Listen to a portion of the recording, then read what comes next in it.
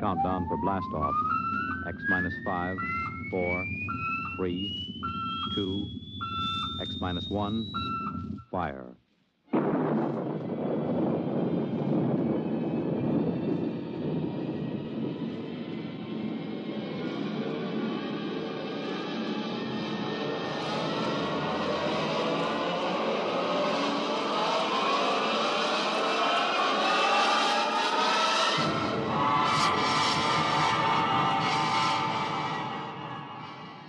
From the far horizons of the unknown come tales of new dimensions in time and space.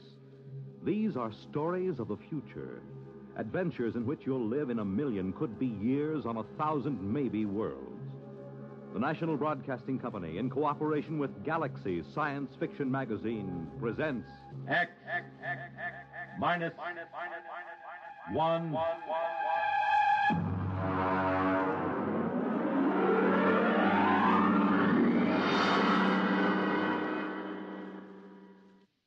Tonight, the time is the late 1960s. The place, Washington, D.C. The story, Honeymoon in Hell.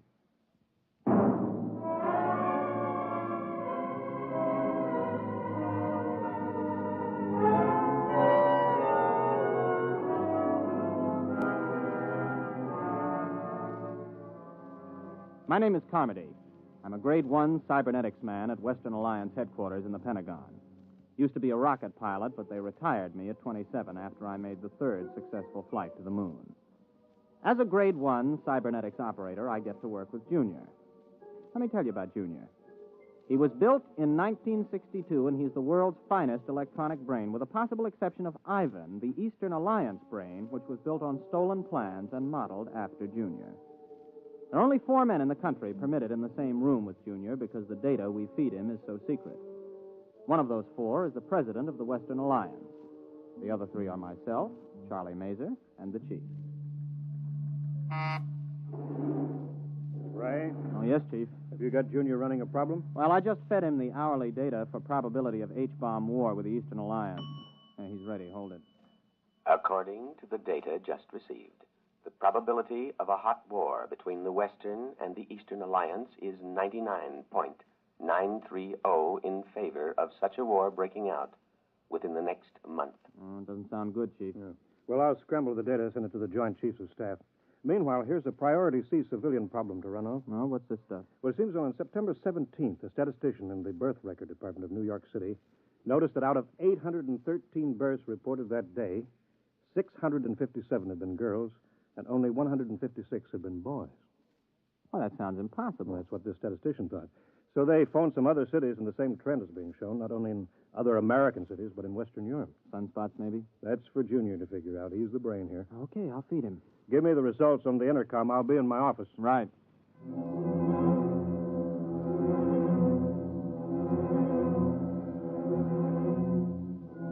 I didn't really pay much attention to the problem at the time. As a Grade 1 operative, I was more interested in asking Junior questions on security, ballistics, missiles, rocketry, and so on.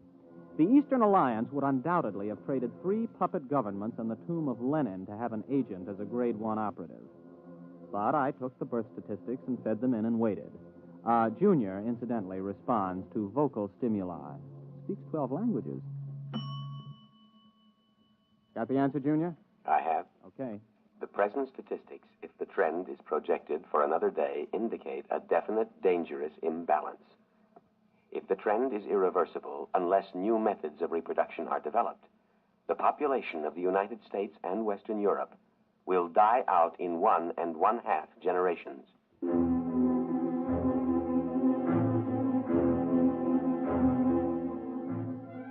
Well, it wasn't long before the newspapers got the story and kicked it around. People in governments really started to worry now. Biologists and laboratories made it their #1 project. On September 29th, only 41 boys were born in the entire United States. During the month of October, in spite of all the work going on, not a single male child was born anywhere in the world, with the exception of 1 in outer Mongolia and 1 in Alaska. November drew another blank. I was working 18 hours a day, feeding every available scrap of data to Junior. Data insufficient for answer to your question. Well, here's the latest. A new analysis of chromosome structure indicates the presence of an additional electron in the orbit of the Y atoms for carbon chain X. Now try again. The question is, what is causing the lack of male birth? Anything new, Ray? No, not yet. Hold it. Data insufficient. Well, that's it. We've fed Junior every scrap of information that every physicist, geneticist, chemist, and biologist in this half of the world knows, and all he does is say data insufficient. Yeah, well, the operator who had him last night didn't do any better. Any more information on the Eastern Alliance? Have they made any progress? No, but at least the talk of a hot war is dying down. Well, they're still working on a space station, aren't they? Oh, yes, we're both going ahead with that. But, well, this seems to be a common problem now. You know, in spite of hydrogen bombs and ICBMs, people don't really expect the whole race to die out from a war. But the complete lack of male children, now that's something that every family can understand. Has anybody thought of the possibility of some kind of radiation from outer space that's damaging the chromosomes, something our instruments can't detect? Everybody's thought of it. Nobody's proved anything. Well, keep trying, Junior.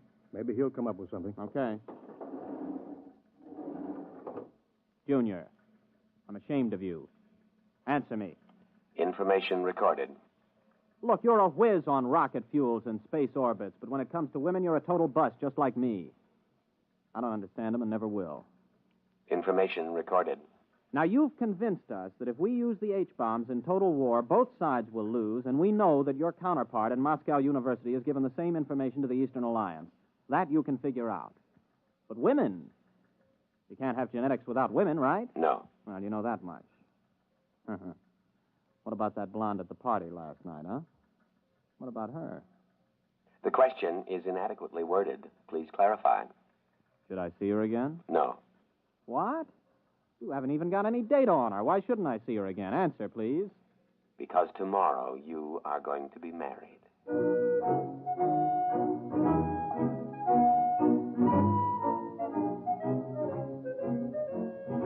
Well, I almost jumped out of my chair. Junior had gone stark raving mad. Besides, Junior never made predictions unless he had some definite data. There wasn't a woman on Earth I had the slightest interest in marrying. I was a confirmed bachelor. So, unless somebody else had been feeding phony data into Junior, which was almost impossible since he already had enough data to check any flaw, well, I figured he'd blown a transistor. Come in.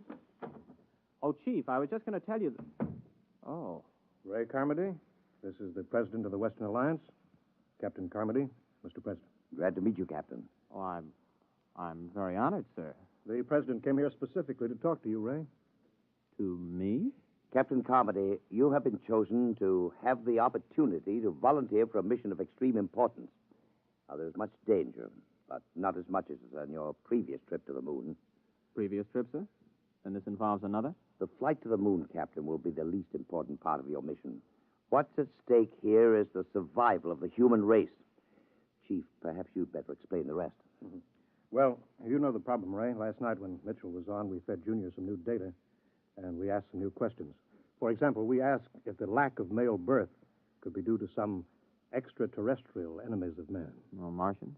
Possibly. We established that it's possible that Martians have landed somewhere on Earth and set up radiation that causes all children to be females. Junior said it was possible? Definitely. So we asked him the next question. How could we correct such a situation? Mm-hmm. What'd he say? Junior suggested that a married couple spend a honeymoon on the moon and see if circumstances are different. Oh, I see. You want me to pilot them there? Well, not exactly, Captain. Oh, good grief. You mean you want me to... Well, Junior wasn't crazy after all. You asked Junior? He said I was getting married, but... Well, how do you know it was me they'd pick?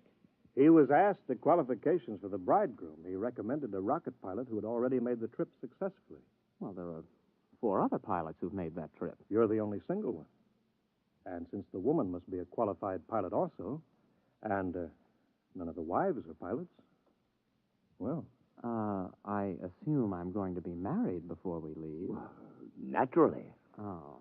And, just how long do we stay on the moon? Until a child is conceived. Brother. Well, Captain, do you volunteer? I suppose so. Well, wait a minute. Who's the other pilot? I mean, the girl. She was flown in by fast rocket an hour ago and is waiting in Chief Reba's office. Now, Shall we go?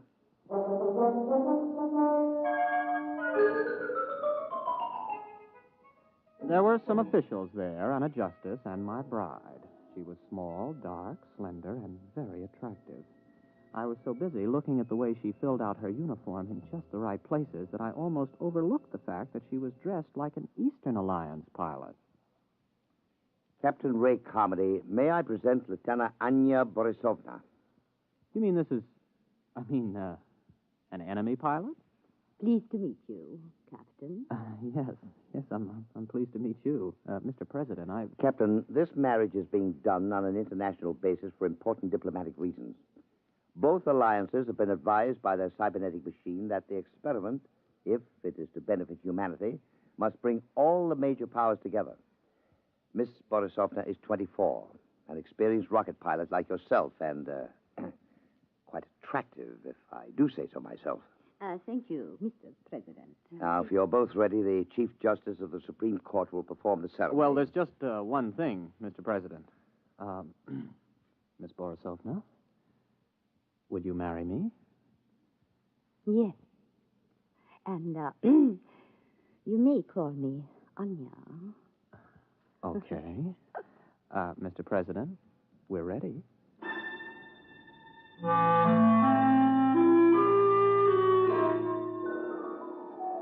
I didn't even get a chance to kiss the bride. We were rushed over to the labs for a pre-flight physical. Then the chief took me aside for a private pre-flight briefing. Congratulations, Ray. Sit down. Thank you. Now, 0 hours at 10 o'clock. Only half an hour? We've known about this for several weeks now, Ray. Ship is ready. We've already fired 11 supply rockets and observed that they landed on the moon near where you're supposed to put down. One of them contains a heat-proof, airtight, collapsible shelter where you'll live. Uh-huh. Oh, what's the ship like? R-26, much better than the R-24 that you flew there. Last time, Ray, you took 4.5 Gs for 7 minutes. This time you'll get by with 3 Gs and have 12 minutes to accelerate to Brenchless. Now, you'll have enough fuel for the trip there. One of the supply rockets has your return fuel. Oh, yes. We put in a case of scotch and a case of vodka, just as an icebreaker. Before we go, Chief, what would you have done if I'd turned this job down? The cybernetics machine predicted that you wouldn't. Besides, we could have had 100 volunteers an hour after seeing Anya Borisovna. That gal is moonbait. Careful. You're speaking of my wife.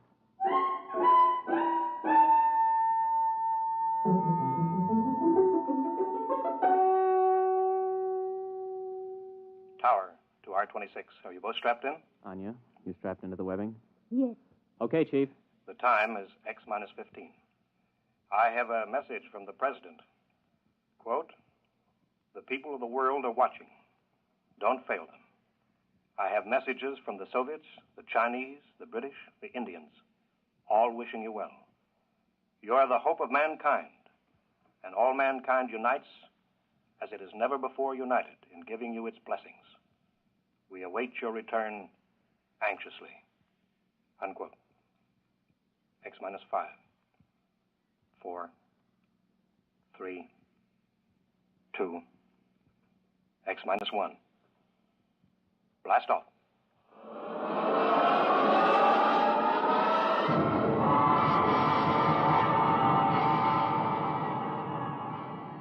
The sound that was beyond all sound struck us like a giant muffled hammer. It built up until we weighed 480 pounds, pressed flat against the webbing. Sound and pressure went on interminably. Then we reached Brenchless, free of the pull of Earth. I blacked out. When I came to, a lovely face was bent over mine, 2 dark eyes smiling at me. Are you all right, Ray? Oh, yeah. Are we weightless? Yes. I shut off the fuel. We won't need it until we land. Oh, thanks. If you would teach me, I could help you land the ship. Oh, I've never been to the moon. Well, sure. Just slide over here to the control panel. All right. Like this? Oh, that's fine. We've got about 4 hours Earth time to get acquainted. Have you known many women? A few. Have you had any boyfriends? One or two. Well, I was never really serious about anybody. Oh. You, have a family? Yes. In Magnitogorsk. Oh. I'm from Brooklyn. How long have you been a rocket pilot? Oh, since I was 18. I'm 27. I'm 24. I learned rockets when I was 18 also. Oh. Well, we better concentrate on the ship just now. Later on, we can talk about ourselves more. Meanwhile, though, I hope you're not sorry. I mean, about this business. I guess it isn't very romantic. I'm not sorry.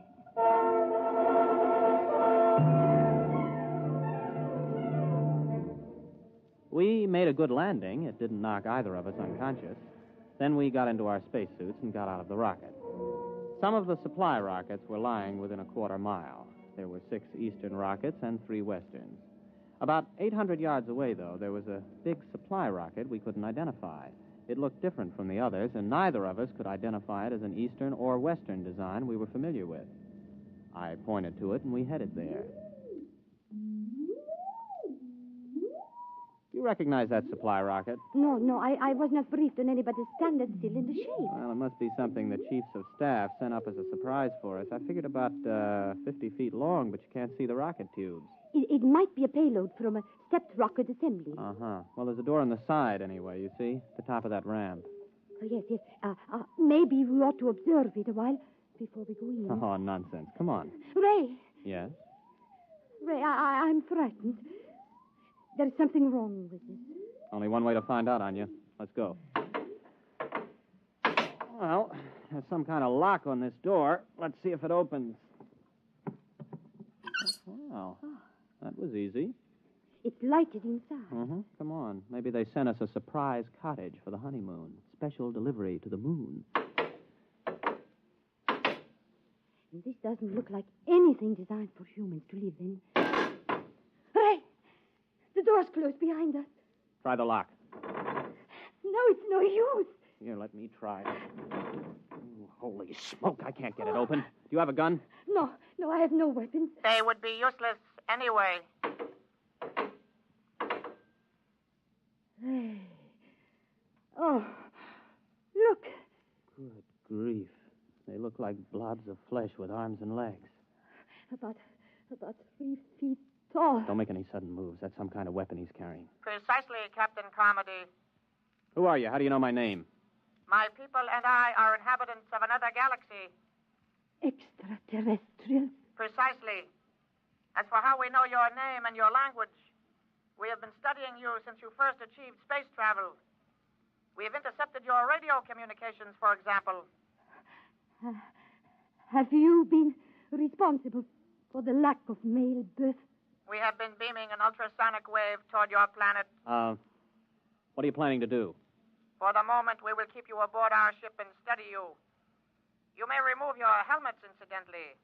We have provided an oxygen atmosphere. Can we risk it? Well, if he wants to kill us, there are easier ways. Here, help me get it off.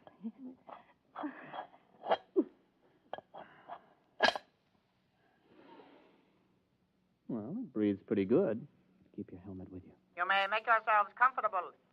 We will bring you food and liquid from your supply rockets. Do not attempt to escape, please. It could be most unpleasant.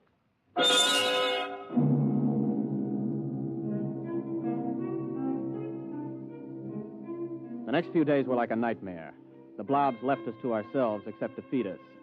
Of course, it had its funny side, too. The creatures knew we needed liquid, but they couldn't distinguish between water and whiskey. For the first 2 days, we had nothing but whiskey to drink. For obvious reasons, I don't remember much about it, but we did begin to sing to each other. We also got to know and like each other. I got to learn some Eastern songs. On the 3rd day, the jugs were water jugs, and we sobered up. Oh, what a hangover. You were singing magnificently. Oh, well, you weren't so bad yourself. How long was I asleep? About 8 hours. Ray, while you were passed out, I discovered how we can escape. What? I've been studying the blobs. They seem to have a 5-hour sleep period when there is no sound in a ship. I've tried banging on the wall with my helmet during that period, but apparently they're almost completely unconscious during others. Mm-hmm. 5 hours sleep. That means a planet with approximately a 20-hour rotation. The Joint Chiefs will want to know that if we get back. And more important, we're much stronger physically than they are. I can actually bend the metal of the door lock. Well, now, what are we waiting for? Let's put on our helmets and get out of here. Are they in the sleep period? Yes, for about 3 hours. Ray, do you think we can risk it? We don't have much choice. I'll go ahead. If we get out of this ship, you run for our rocket and start to refuel. I'll keep an eye on the blobs. All right, but Ray, please be careful. Don't worry. Before you put on your space helmet... Yes? You realize I've never even kissed the bride? Yes. Oh, Ray. Good luck, Mrs. Carmody.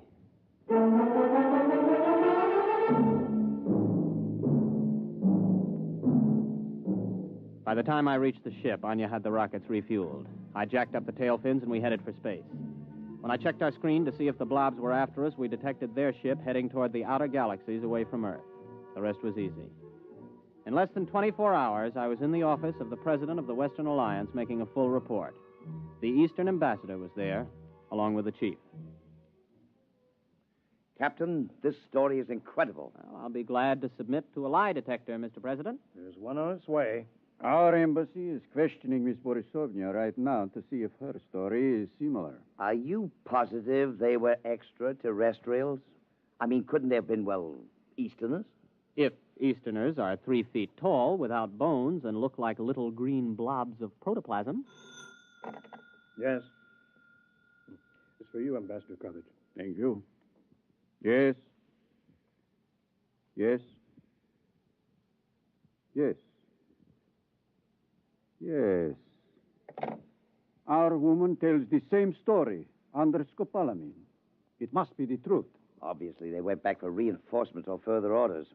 If and when they get back, we've got to be ready for them. My government stands ready to cooperate fully. Excellent. We'll have to build a joint space station, get to the moon, and fortify it jointly.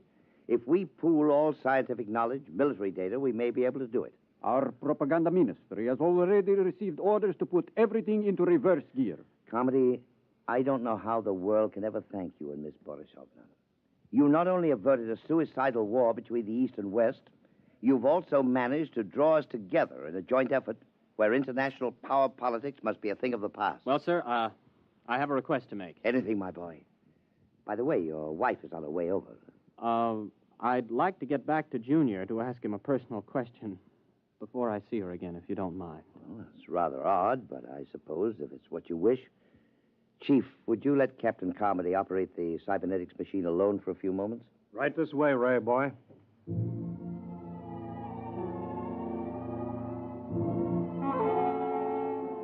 I waited until I was alone with the big cybernetics machine. One green dial glowed malevolently as if the instrument was aware of my presence. I opened the input channel and spoke. Hello, Junior. This is your old friend Ray. Give an appropriate answer. Hello, Ray. Now then, you remember Miss Borisovna, the girl who was selected for me to marry. Item 1, she's going to rejoin me in a short while. Item 2, I've fallen in love with her. Item 3, before we actually live together as man and wife, I want to know something. Question. Does she love me? Yes. Oh, that's my boy. Now then, just one more item before I say so long and take a honeymoon. Tell me, Junior, why do I have a hunch that those blobs from outer space will never be back? Answer, please.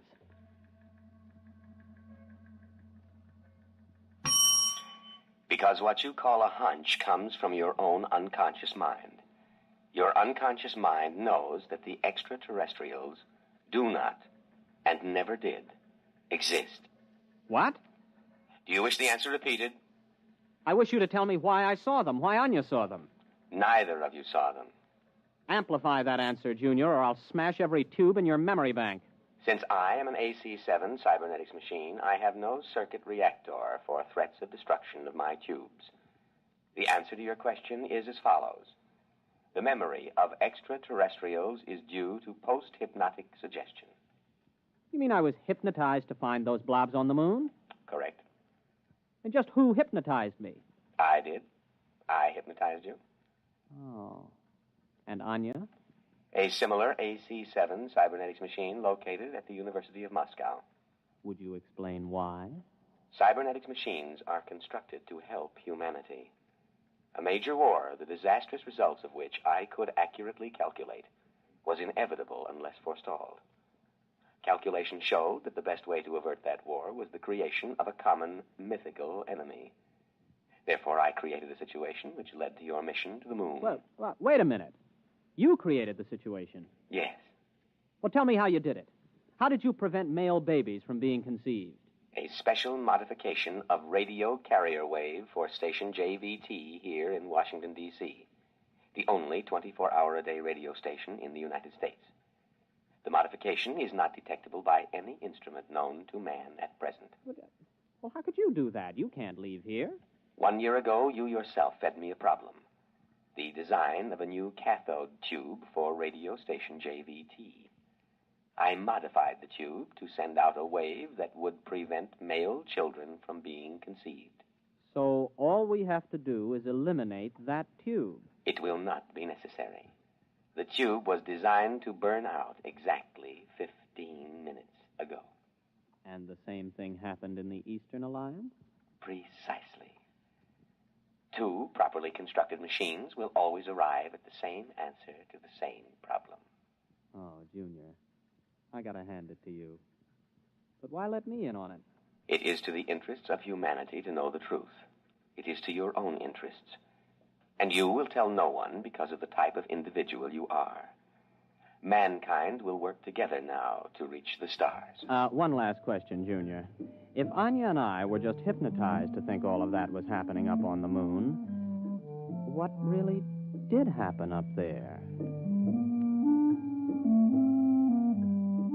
I waited a while, but Junior was silent. It's the first time he ever pulled anything like that. However, I'll swear that I saw that green eye of his wink at me.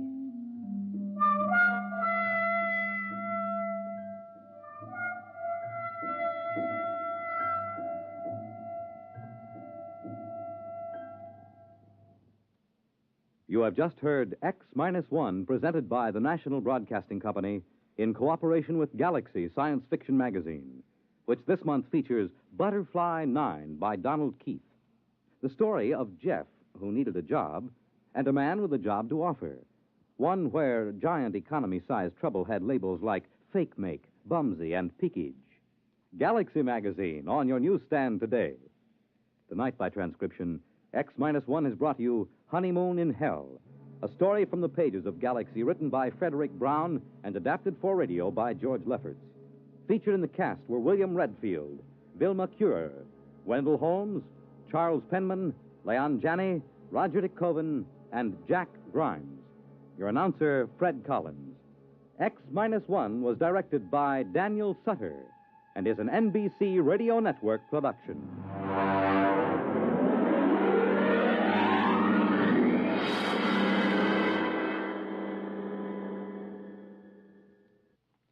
To keep the fight against heart disease moving steadily forward, you're urged to support your Heart Fund. Send a generous contribution to your local Heart Association or to Heart, care of your local post office. When you help your Heart Fund, you help your heart. Hear the latest up to the second news with Frank Blair, weekday mornings on most of these stations.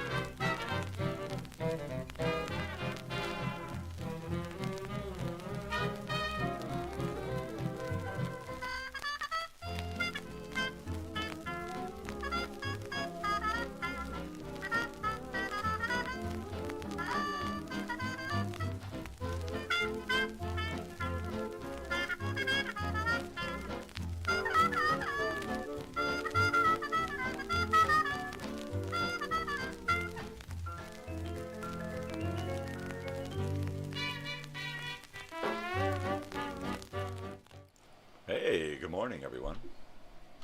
What's going on, you bunch of weirdos?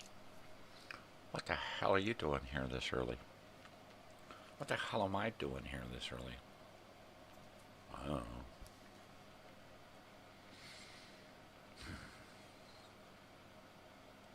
Eating a little bit of nourishment here.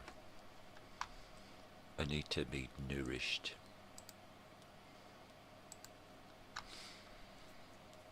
Well.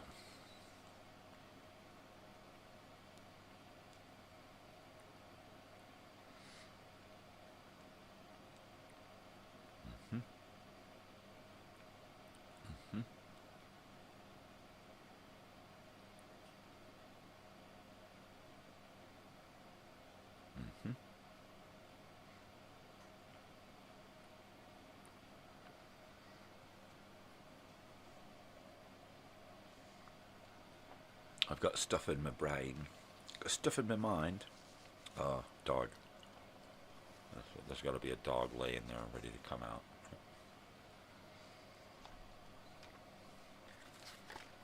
So I'm going to go check on a dog. Totally Television Tuesday.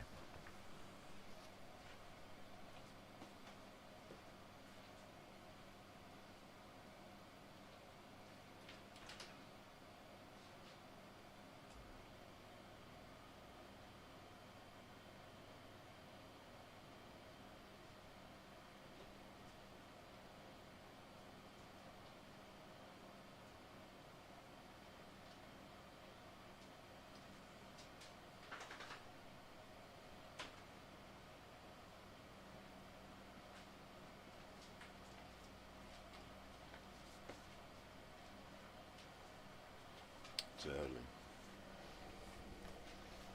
I said totally, and I mean totally.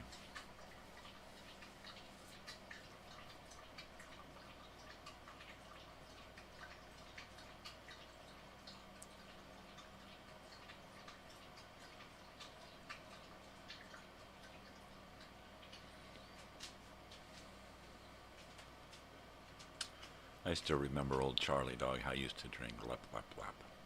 Lap, lap, lap. Lap, lap, lap. Lap, lap, lap. It's pretty funny. Oh, Charlie boy. Good old Charlie boy.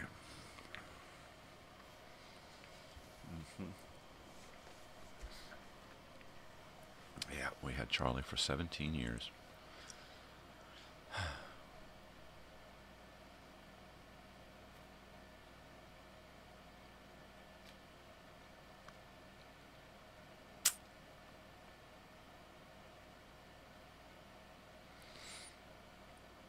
Was it 17 years?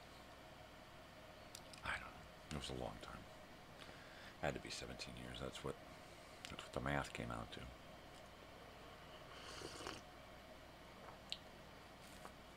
Yep.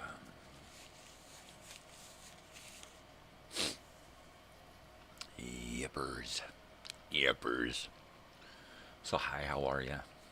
I'm here. That's all I will admit to. I'm here. And I've got to go out into the world today, and I'm not happy about it.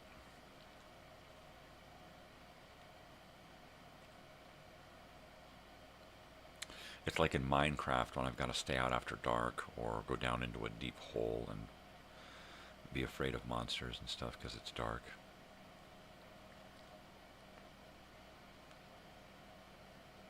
Scary stuff. Yeah, going out into the world. Scary stuff. I'm afraid I might hurt somebody. Constant friggin' vigil of idiots coming at me.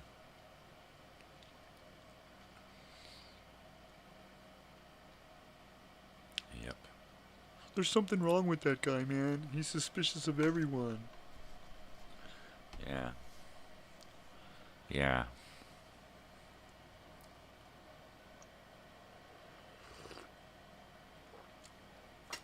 I've got trust issues, you know. You're telling me.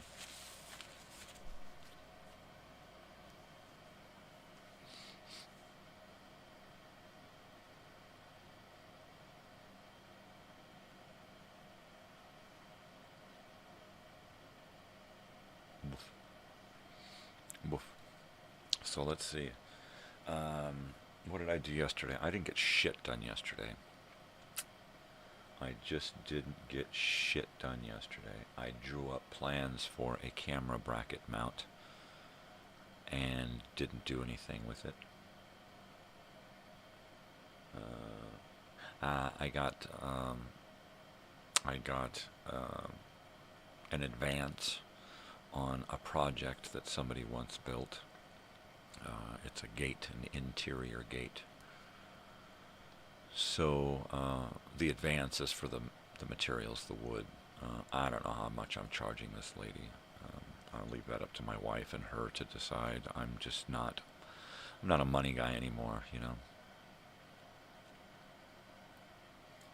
Speaking of money, I had one house picked out for the reunion, and I called the guy, and he sold the house. And I could not find the house on any of the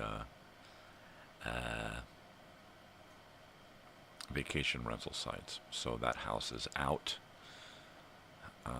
I did, however, just up the street from there, find another house on the beach.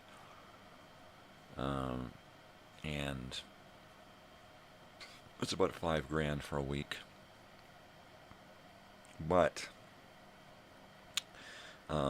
it should be big enough to deal with everything we need to do. Now, I may be wrong. I may go check it out, and there may be absolutely no beach at all, and a small yard, and yada, yada, yada. So there's that. So I'm still working on that angle.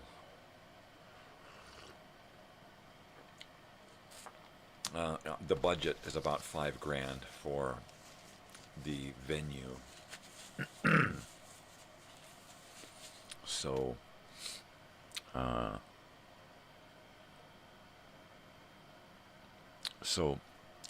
going to extend the stay instead of 4 nights or 5 nights. I'm going to extend it for 8 nights, mainly so that we have it for a week for various people who are going to be staying in town for a long period of time. I want to be there for the whole week. I've always wanted to spend a summer in Lake Elsinore, and if a week is all I get, I'm taking it.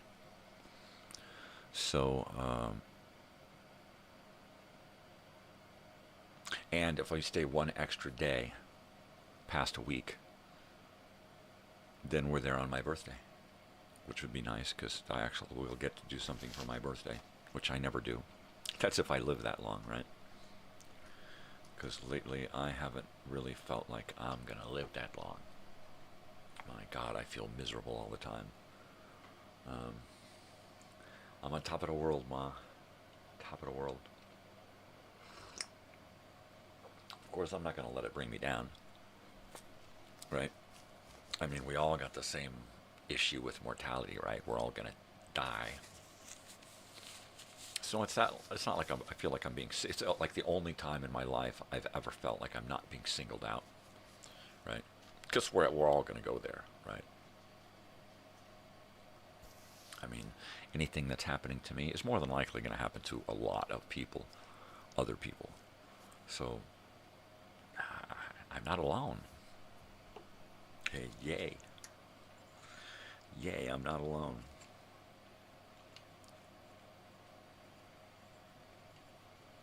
I ain't exactly together,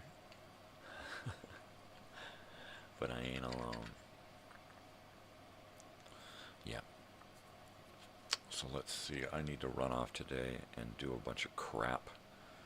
I need to go sit and do, damn it, I didn't get those papers for my daughter. Damn it. So at some point this afternoon, I'm going to have to go down and sit with my paperwork and fill it out and get it turned in and talk to somebody and see what's going on and try to get that set up and dealt with before,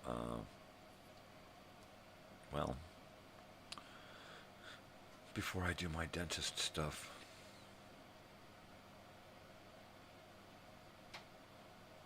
And make sure that I'm good to go for that project, that procedure, once I get the okay from my insurance that yes, indeed, I am in fact good to go, regardless of what were to happen to my insurance after it's been approved. I'm still good for the approval.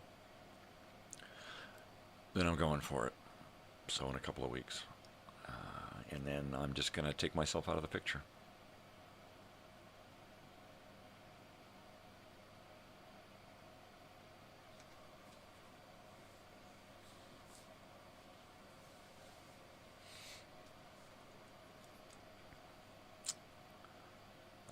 Which means I'm going to have to put together an actual show and commercial.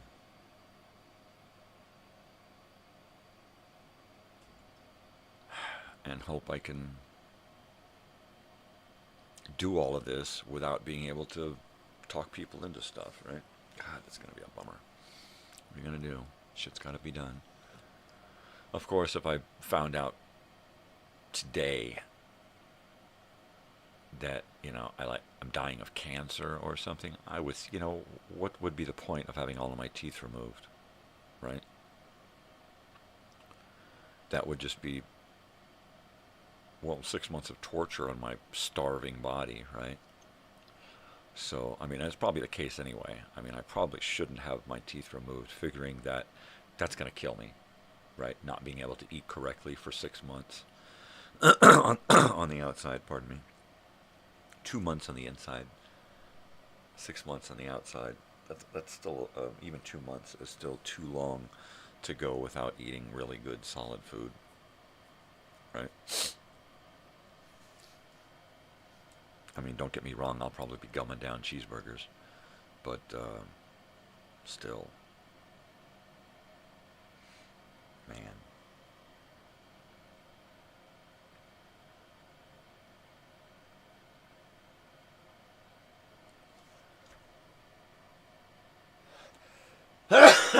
Okay, pardon me.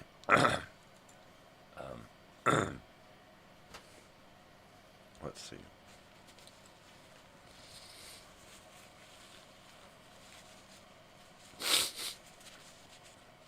I really want to get these teeth thing done way before the reunion.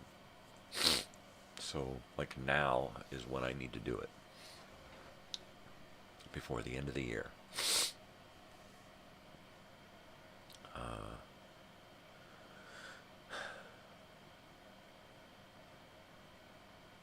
So I'm going to probably have to send people copy and have them read stuff and have other people make me commercials for this, right? Because I just will not be able to be on camera until I can get my mouth correct again, which could just take a couple of weeks to a couple of months to 6 months. Yeah, what are you going to do? Other people have done this and gone through it and come out, right? Everybody I see that has their teeth removed, of course, they go through a huge weight loss issue and a health issue. So there's that, and I'm already going through a weight loss health issue.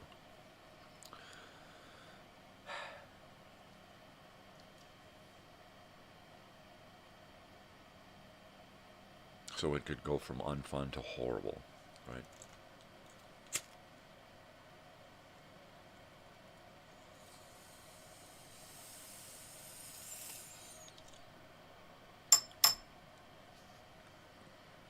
Yep.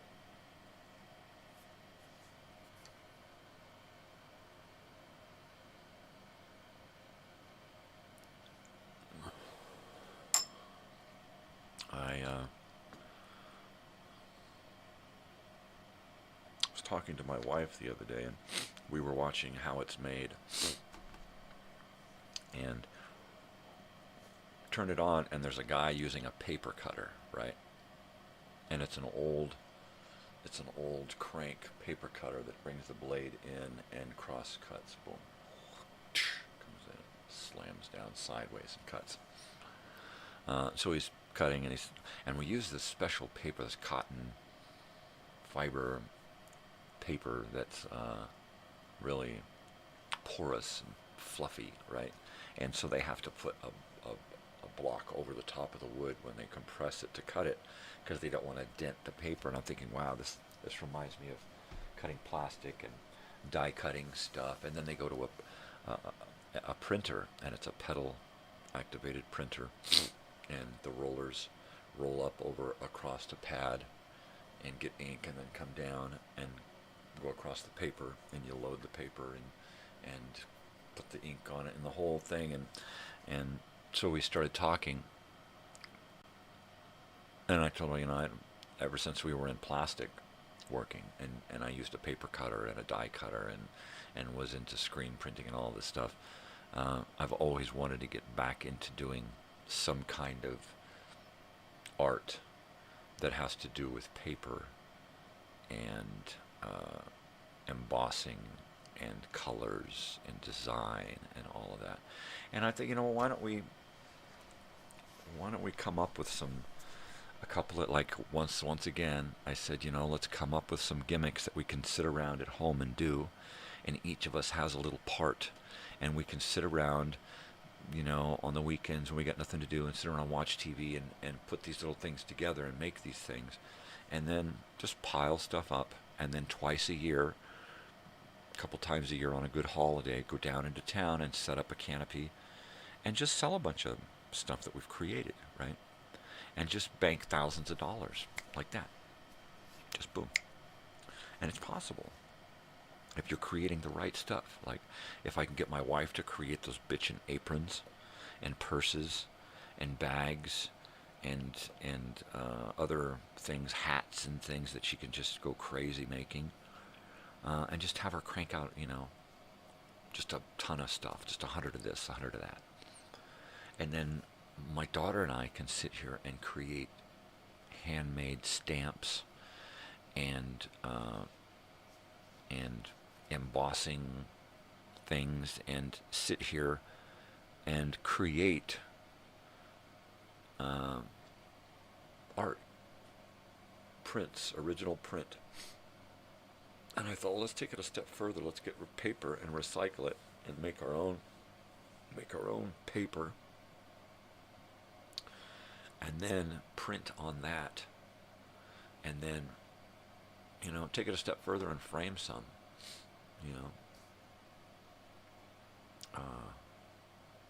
take it a step further and do photo transfer onto some homemade paper with embossed art stuff and ink and design and printing, and you can combine so many different media into one thing. It's just amazing.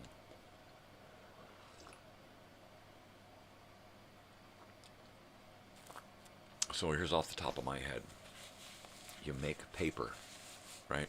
And you create the paper goop, right? And you get your bucket of goop, and you create your flat screen, right? It's where you pour your goop onto, and then you press it out and keep it pressed, and then you let it dry, and then you pop it off, and you've got this really nice piece of paper. And not only that, but on certain pieces of the paper, you can actually create an embossed three-dimensional type. So you fill it, you fill this one part that gets a little bit deeper because it's got like a three-dimensional shape that you push the paper down into, and it dries in that shape. So you've got this piece of paper, and then it has like a nose or a face on one corner, or squares that you've got some embossing, and then you've got this three-dimensional thing that comes out. It would just add to the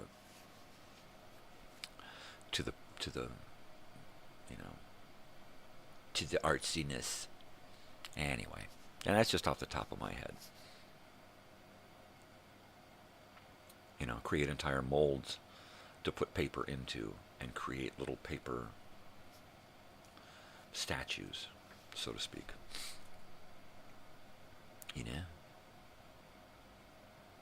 And that would just be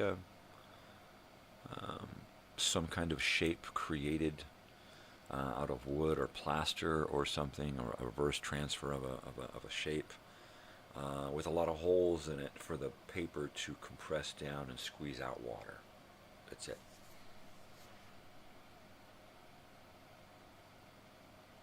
Totally.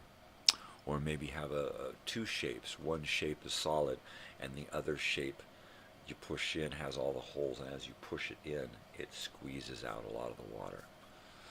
You know, but they're the same shape. One spoons inside of the other to squeeze, and I'm gonna have it to squeeze. Anyways. I could spend a day just making paper. Mix up a bunch of buckets of stuff, let them sit overnight, get all mushy, blend them up with a big drill gun, whoa, whoa, whoa, whoa, with a bit on it, and then just fill up a bunch of screens outside.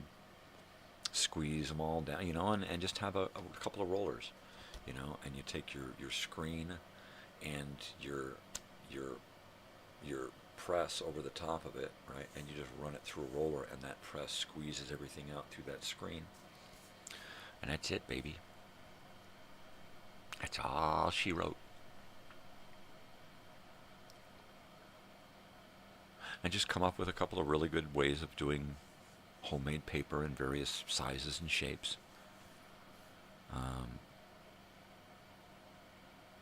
And that's it. Come up with something to put on these paper. Create paper just to sell as paper, homemade paper. Take colored paper and introduce different flakes of color. There's lots of things that you can add into the paper slurry, right? So that when it's pressed down and dried, you have these different little three-dimensional elements embedded into the paper, right?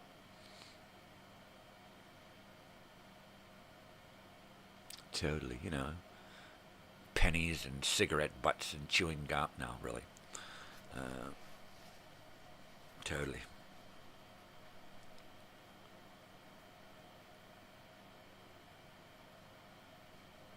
But, you know, I'm a dreamer.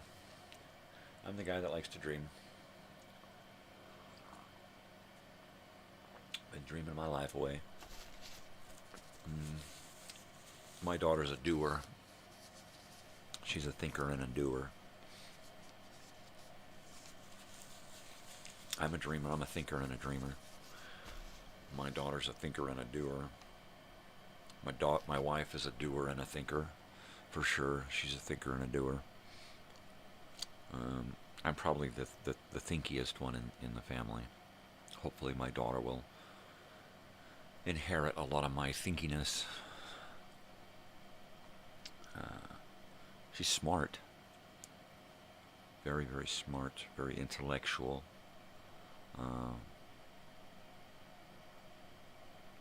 She needs time for wisdom. Wisdom comes with experience.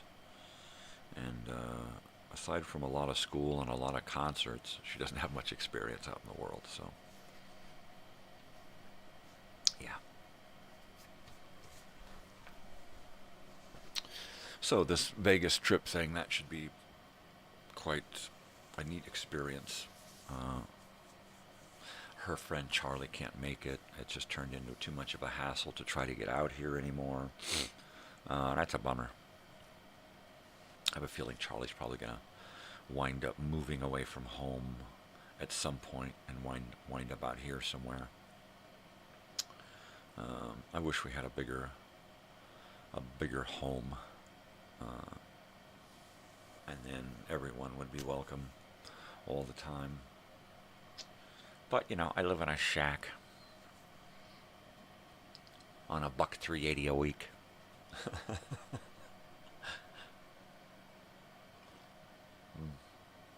Oh, I gotta heat up that coffee. Oh, yeah.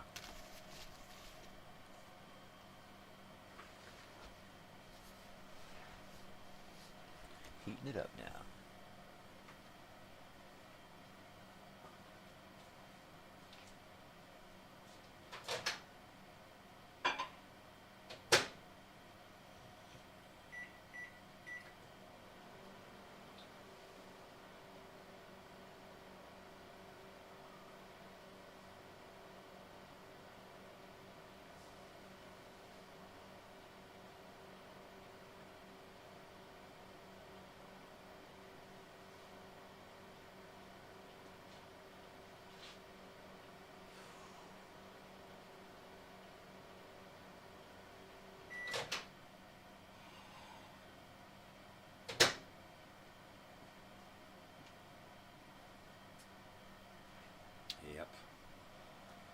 That's it.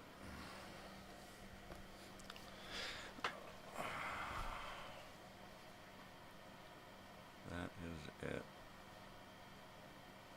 Yep. That's it.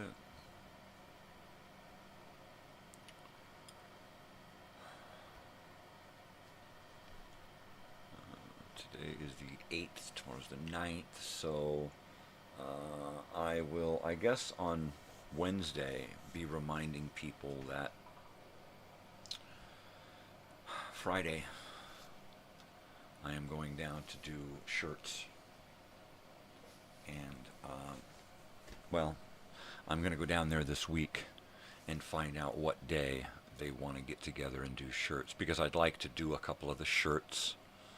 I used to do factory stuff, so I want to have hands-on. I want them to actually record me and photograph me printing some of the shirts, right? So that's cool. So I can't wait for that. I can't wait. I can't wait. I can't wait. I can't wait. I can't wait. I can't wait. Ooh, I can't wait. So that's going to be cool. So I'm going to do that this week sometime, and I'm going to need to take them some more money, and I'm going to need some money to ship out the donations, the donations that have already come in to pay for this. So that's great.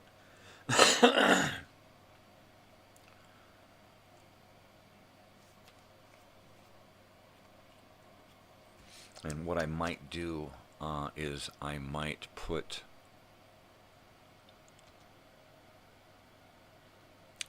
somebody in charge, put a couple of people in charge of collecting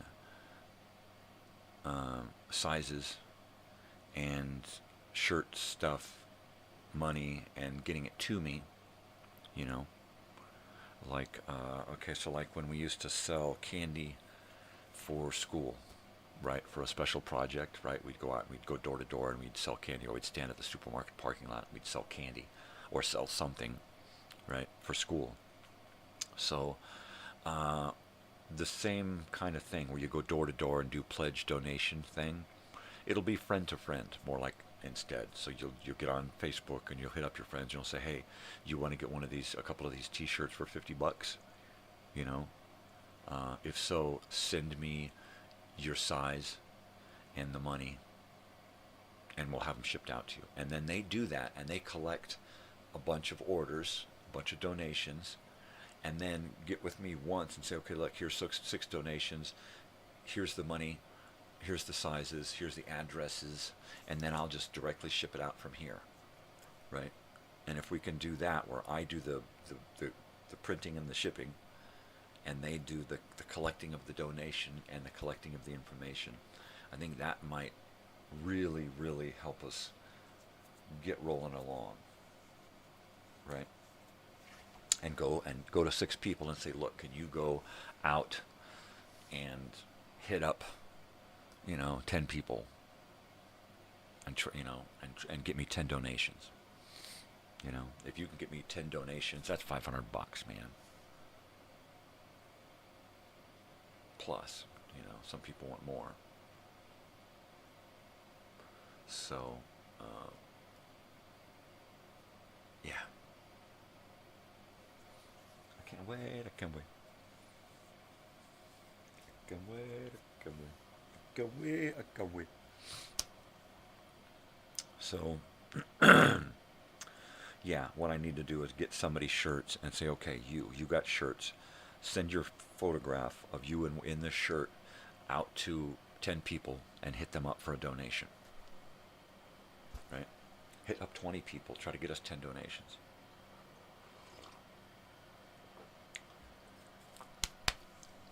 So there's that. And I think that's what we'll do with the people that I've already hit up. Is I'll say, okay, 2 shirts for $60, shipping is included. Or 2 shirts for $50 plus, probably that's better. Two shirts for $50, donation. and, plus shipping and handling. And then I'll have it worked out, whatever that cost is for shipping. I'll work that into that. That'll be the price, shipping and handling. It's going to be $4 or $5, I think, because of media mail. It should be able to go out in media mail for $4 or $5. Not a big deal.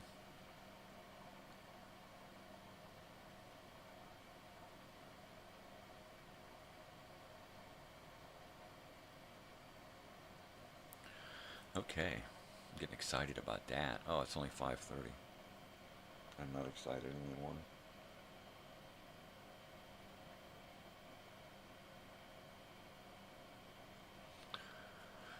Good feelings gone.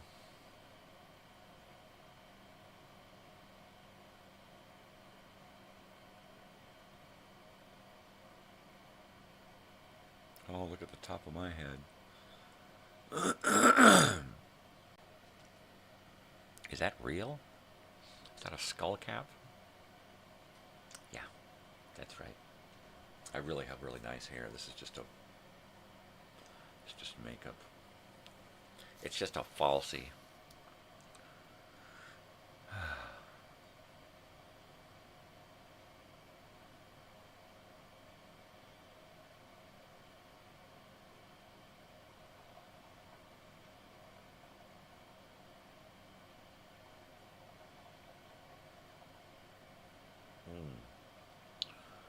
Oh, so what I watched last night, Gargoyles, 1970, 74, 70 something.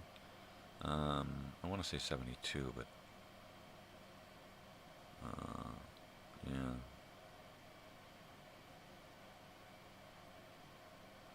It was weird. It was weird. Not just because it was about gargoyles, but it was a weird script, a weird plot. A man and his daughter, who was in her, I would say her 20s, were out tooling around the Southwest looking for gargoyle memorabilia or crap, something to that effect. They get an old guy killed. They have a run-in with the law. The winged gargoyles are flying around and eating people's faces and stuff. It's weird. It was weird, but it was the weird daddy-daughter relationship, right? They were just kind of weird. Kind of weird. And then there was this one guy in it.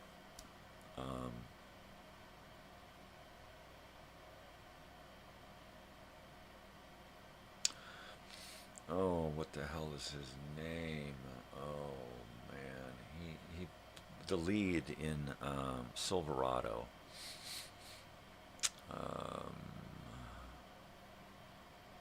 Shit, can't remember his fucking name. All right, I'll look it up.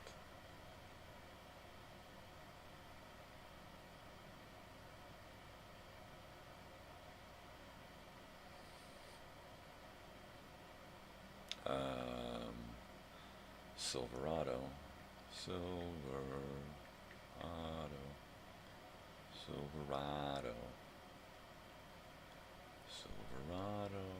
Western, 1985. Scott Glenn. Okay, so that was him, Scott Glenn. It was a very young Scott Glenn in this. At first, I thought he was just a couple of lines. You know, he was a biker. Just a couple of lines, and that was it.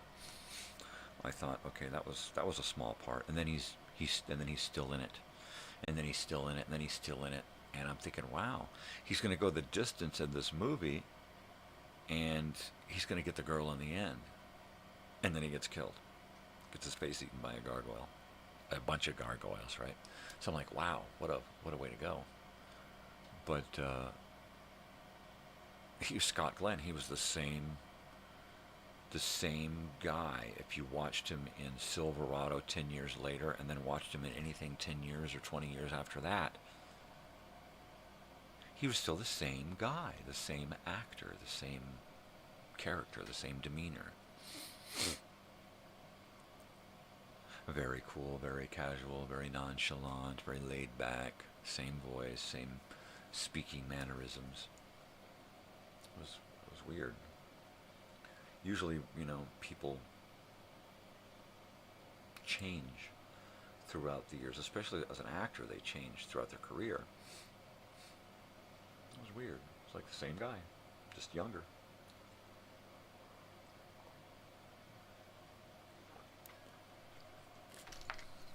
Totally. It's like watching a young Magnum, or a young Tom Selleck, right? What is that? The Daughters of Satan or something? And that bit part that he had in the movie Coma, Michael Crichton movie. Same guy. You watch him in the Rockford Files as that private detective on that show, and then you see him in Concrete Cowboys and Magnum and then High Road to China and all of those movies that he was always the same guy. It was like they have that John Wayne mentality of acting where I'm going to be this character and like it or leave it, I'm going to do the same character in every role, in every movie. I'm going to be me. Arnold Schwarzenegger. He's not a terrific actor, but you want to see him do his thing, right? Of course, I think Schwarzenegger has shown way more range than John Wayne.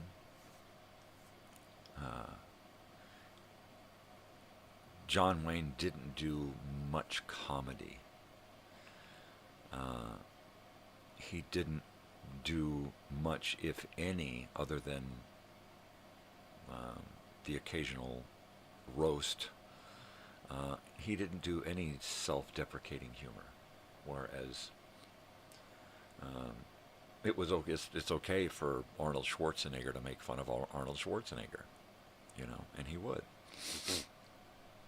And he could do humor. He could do comedy. He could do comedy amidst action, and that was, that's a hard thing to do.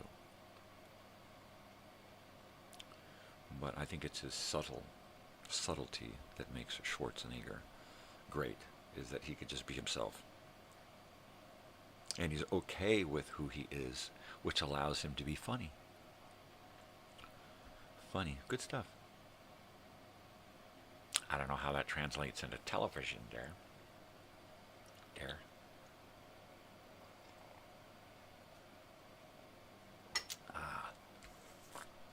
So let's see, I've got to upload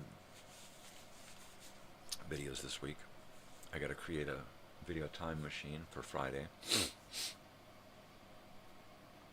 I've got to introduce more Halloween elements. Like I said, I'm just going to do a little bit of Halloween every Friday, right? One Halloween. I mean, some of the shows that are airing this month, radio shows, could be, taken as a Halloween theme, but they're all always weird, right? They're always weird shows.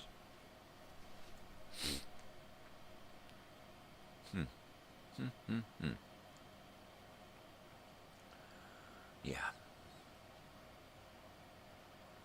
So I was trying to take the movie, whatchamacallit,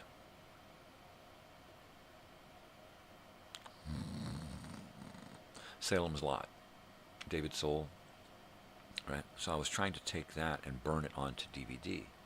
And I tried to burn it onto DVD as it was, and it's like, nah, it won't work. It's not a DVD file, right? It's not a movie file. It's just it's the wrong thing to put on the thing. So I'm like, all right. So I tried to turn it into a movie by putting it into my video editor program and then saving it there. Of course, it turned out to be almost 30 gigabytes, which you need twice that to save it, and I didn't have it. So it didn't save. I spent like an hour saving it out, and it didn't save. So it turned out that it was going to be like, almost 30 gigabytes. And I'm, well, that's not going to fit onto a DVD anyway. I can only put on like 4.3 gigabytes. It was only like 500 or so megabytes as its little file. So I thought, wow, that isn't going to be too big. Right? I was wrong. I was hoping to put it onto DVD and take it into the room and watch it, because it's 3 hours long. I figured we could have watched a half hour or half of it last night and then finish it off tonight or something. But that's not going to happen. So what I'll probably do is just play it from here. Run it through my stereo. Put it on my big monitor here like we watch Square Pegs. And then just watch it out here. Watch an hour at a time, I guess. Right. Right. Right.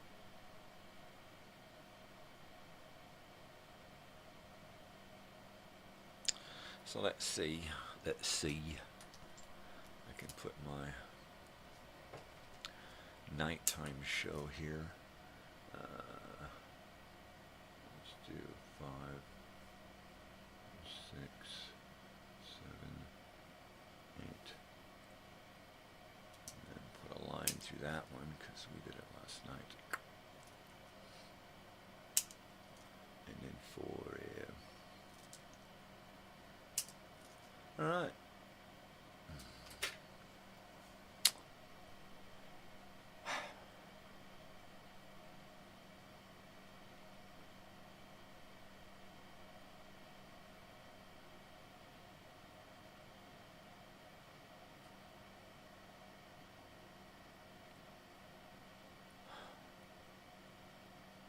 I just don't know.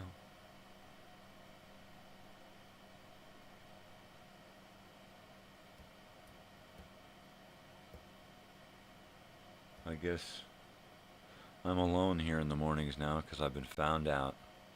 Everybody watching the show realized, like, he's just a regular guy. He's just weird. He just talks regular shit all day. This is nothing special. Shit. My life's better than this. Yeah, I've been found out. I'm just a regular guy. This is just reality here. There's nothing weird about it. The only thing weird about this is that it's real. Any other reality show you're watching, that's all made up bullshit. Scripted, plotted out, directed, produced, written. Say that again, only fix the light, jeez.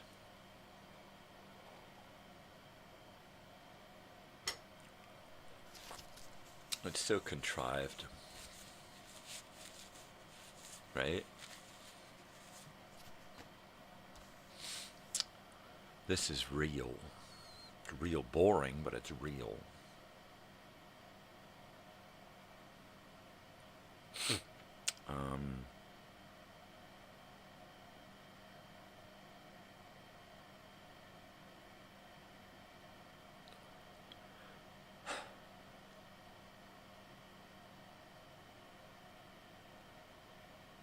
I imagine that it's probably going to be not too long from now that I'm going to spend a lot of time being live just doing shit around my house. Because I'm going to need to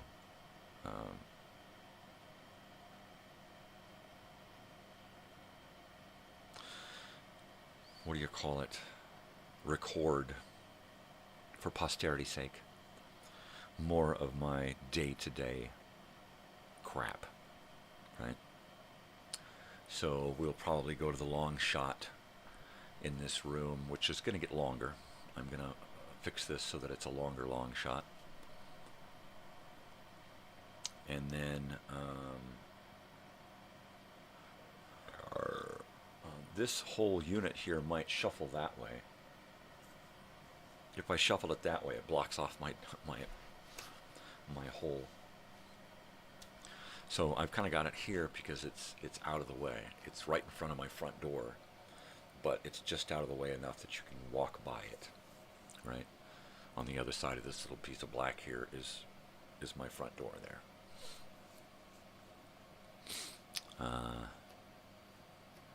But this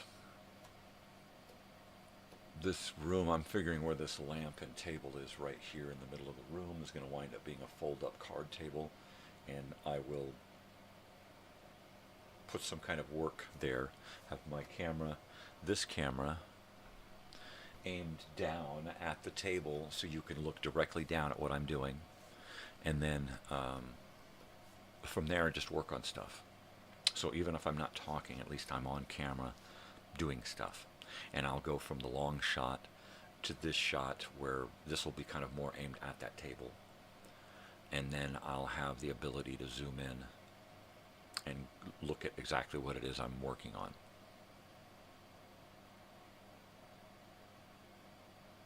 So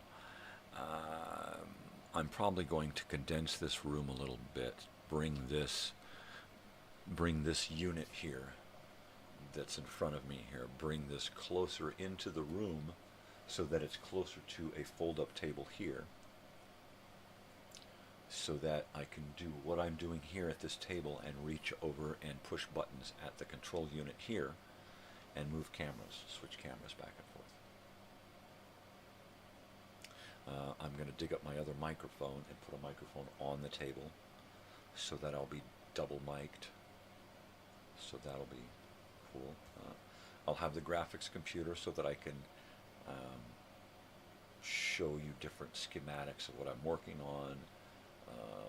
Maybe show you a different camera angle with a different camera. I can have a USB on a camera hooked up so I can just kind of put it inside a machine and aim it around at stuff. Yeah. We'll call it a tool cam, and we'll attach it to a tool so you can see what I'm doing with that tool, right? Whatever. So, yeah.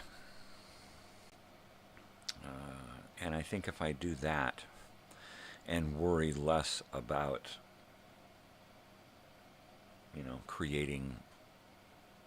worry less about content, and just do what I do and let that be the content, right? And do a little less of this, just kind of sitting around shooting the shit, and a little more, let's get something done. Maybe one day we'll set out all of my shirts and we'll go through all of my shirts. Just sit here and go through 8-track tapes. We'll probably do weeks of 8-track stuff, Go through boxes and boxes and boxes and boxes and boxes and boxes and boxes of 8-tracks. Pull some apart, open them up, repair them, all kinds of stuff. Yeah.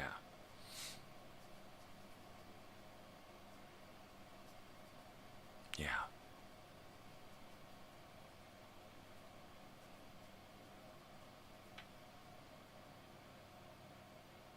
Yeah. Well, I'm getting a little excited. That always happens. I get all excited, and then I get done with the show here, and then I'm exhausted from all the excitement. Just too damn exhausted to do anything after that. Right. Oh, I went out and tried to start my van the other day, and of course, battery dead. Dead. I haven't been in that van in 6 fucking months, and it's my own fault for not going out and regularly starting it. Basically because it's depressing. I want to drive it. I want to do stuff. I want to go camping. I want to do stuff in it, and I can't. It just don't want to cooperate. And then if it did, the gas is too expensive. I mean, basically, I pay insurance on a frickin' yard art. That's it. Insurance and registration on yard art. I'm broke and broken, and I just can't afford to deal with it. You know, as much as I want to be able to drive it, it's the only vehicle I've ever wanted. I own it. It's mine, and I can't do a damn thing with it. So, yeah, I may get into a whole end of fundraising just to raise money to fix up my van, right?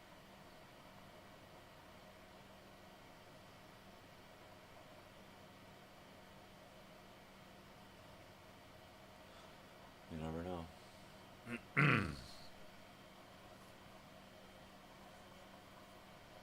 Crazy rhythm, here's the doorway. I'll go my way, you'll go your way. Crazy rhythm, here's goodbye to you. Here is where we have a showdown. I'm too high hat, you're too low down. Crazy rhythm, from now on we're through. They say that when the highbrow meets the lowbrow, walking along Broadway, soon the highbrow, he has no brow. Ain't it a shame? And who's to blame? What's the use of prohibition? You produce the same condition. Crazy rhythm, here's goodbye to you. Oh, good morning. You caught me sitting here singing. What are you going to do? It's the morning time. Sing before breakfast, cry before dinner. Is that what they say? I had a cereal bar. I can sing.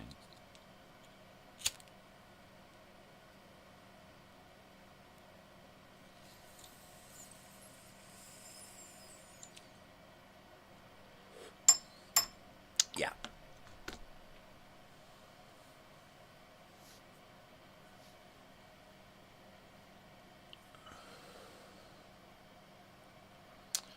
So, let's see. I've got to get out today. I've got to go by the bank. I've got to pull out some of that donation money and stash it away. I've got to go by the t-shirt place and say, hey, hi, howdy, and take a look at these shirts that they've gotten in to be printed. I need to get a photo of me holding on to those shirts. And then Home Depot, pick up some lumber for that lady's gate. And then probably this week I will be taking all of that lumber and sanding it out, getting it ready to build. So I'll sand it all out, stack it together, bind it up so that it stays tight and straight. And then build a form, right? So I need 2 pieces of wood attached to a table that have,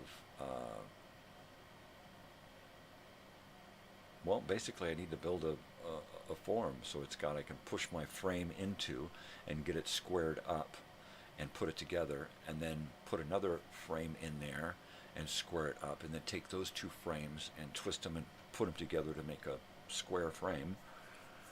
And I need 2 sides, front and the back, and then I need to sandwich that over the top of my vertical slats. That's it. That's it, baby. Squeeze it all together, screw it together, and that's it.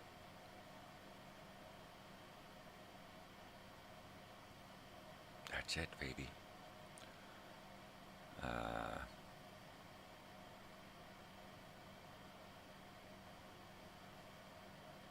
Yeah, and then I've got some cross pieces on either side that are gonna keep it from going askew, right? We want it to stay square. So each side will have an X on it, and each solid line X on each side will be opposite, right? And then we'll have the little half X part that won't really do much structurally except turn it into an X instead of a support beam, right? That's it. Just tack it all together, tickety, tickety, tickety. And then probably just spray it with a coat of sealer. That's it, to keep it from my flagpole back here. It's just a regular dowel, and you take any of those dowels and you stand it up in a corner somewhere, right, attached at a base, and after a while that dowel will start looking all kind of weird and screwy, right, because it just they go wonky. They absorb moisture and they get weird. They do a little wood dance. And so I took this dowel for my flagpole and sanded it, stained it, and then sealed it right when I got it, before it went wonky. And it's supporting the weight of this flag for years and has not bent at all. And just the weight alone and moisture should have caused it to have a bow in it by now, and it's not. And that's because I sealed it. So I'm going to do the same with the gate. I don't know that I'll restain it. We might like it sanded and buffed so that it looks kind of old, weathered. But she might want it to be stained, so, or painted, who knows.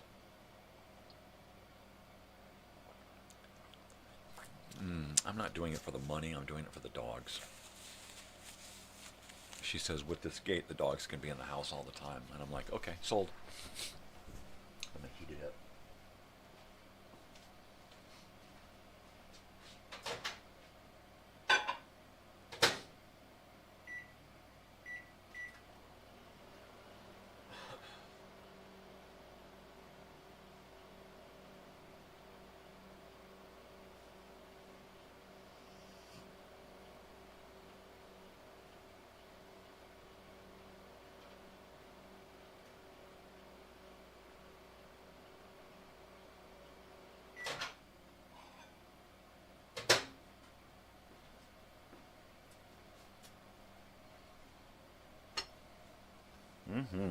Oh, yes.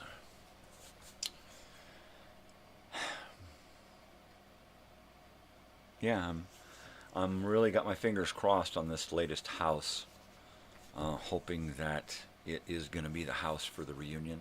I'm waiting for Susie to get back to me. I sent her a message, joined Airbnb.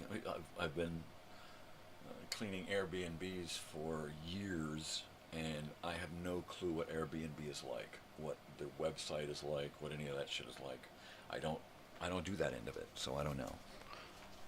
All I do is clean and maintain. I don't host. I don't do any of that other stuff.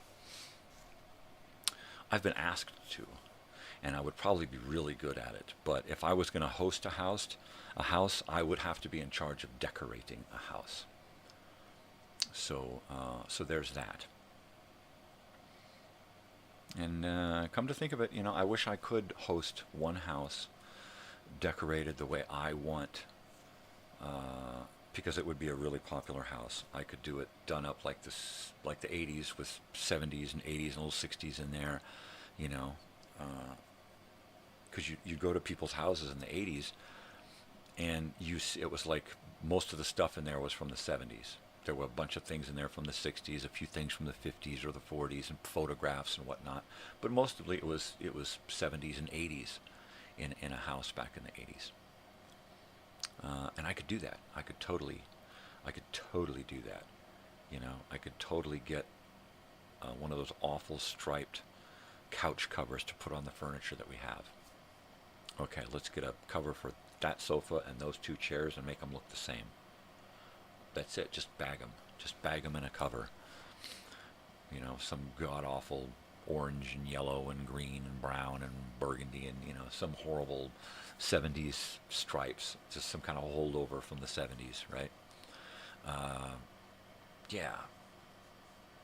Weird stuff, Just take the existing furniture and enhance it so that it then has that feel, Take the king bed, put a wood frame around it and some wood shelves behind it, make it look like a water bed. Bingo. Put a sky chair in the corner, a wicker basket sky chair, a little wicker table, a rotary phone, a reading lamp, bookshelves with actual books, get a roll-top desk somewhere, do a kid's room with twins, twin bed, bunk beds. You know, that's the twins' room. Do a teenager's room, all dressed up, Rush posters, Led Zeppelin, Blacklight, Cobra Blacklight poster. You know, just do it upright, right? Even so much as to take the closet doors off of the teenager's room, put the bed into the closet with tables and lights and curtains, and just make it all like this is what a kid would have done back then, a teenager, you know. The toxic stuff on the door, enter at own risk, you know. The twins' room would be all about Legos and Barbies and Atari video games and, you know, that kind of shit.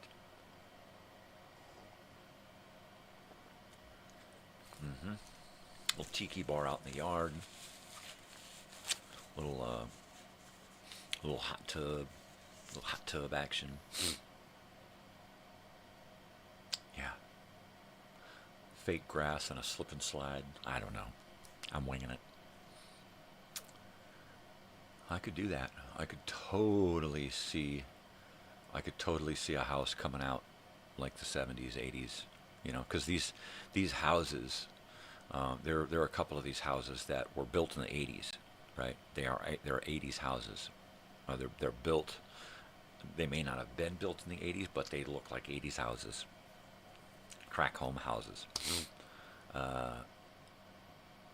So I walk into it and I already see it. I already see everything that needs to happen in these houses.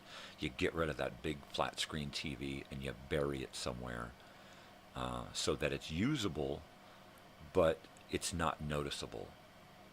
You know, let's put something back up over the fireplace, over the mantle instead of a big giant TV. Let's put that TV down behind something so that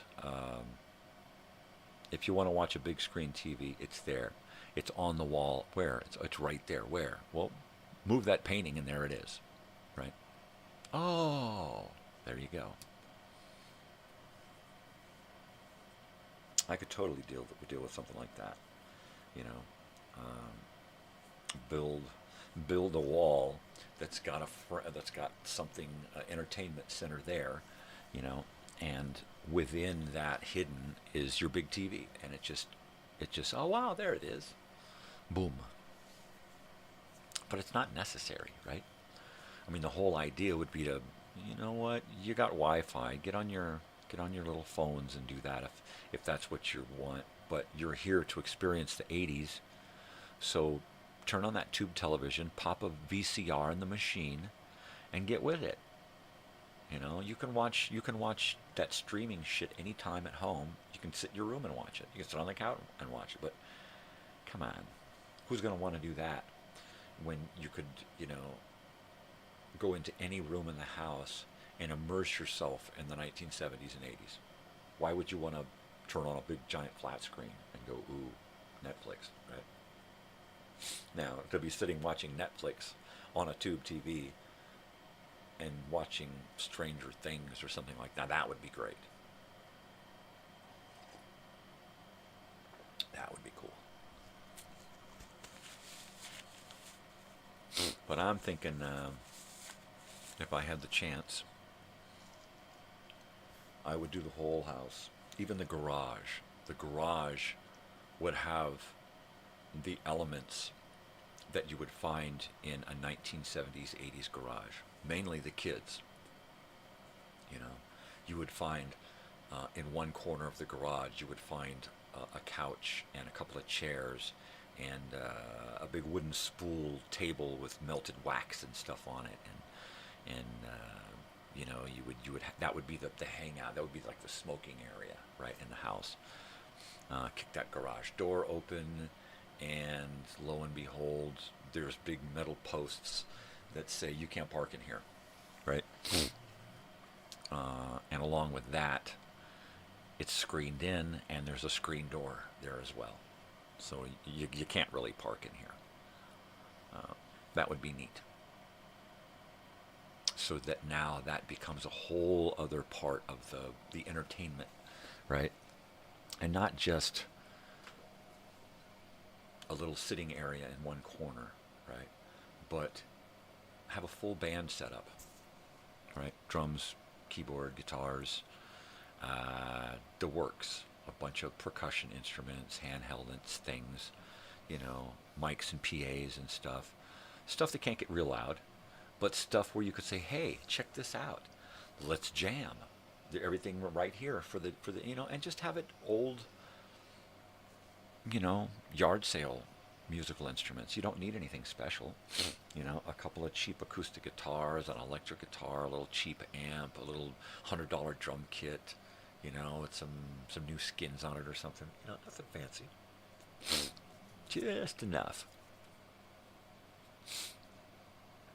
Not just a VCR and some tapes, but a library. Not just a turntable and a couple of records, but a whole wall of records. Yeah. It would be a house that you would want to stay at just because of the photos that you've seen of the house. Just because, oh my gosh, I got to check this out. I got to go there. I got to get photos of me in that house with these things, right? It's every part of the house is photo op. You walk in the front door, you've got burgundy walls, right? And you've got spotlights from the ceiling aiming down at movie posters in frames on the walls as you walk through. A popcorn machine right there in the entrance.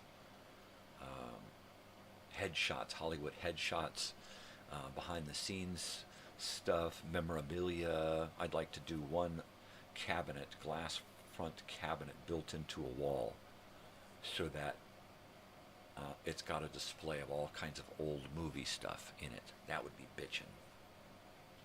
A projector with film on it, it would be nice to have a little 8mm projector on a timed loop.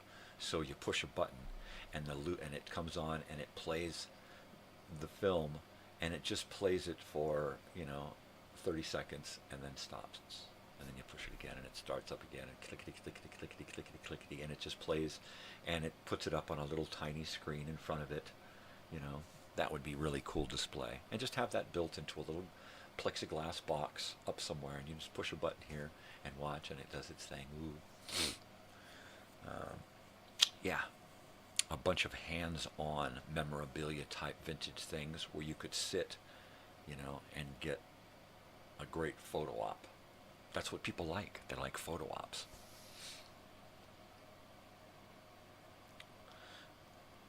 A living room with, there's absolutely nothing in one of these houses. There's absolutely nothing in the living room. It's just like a couple of pieces of furniture and a TV.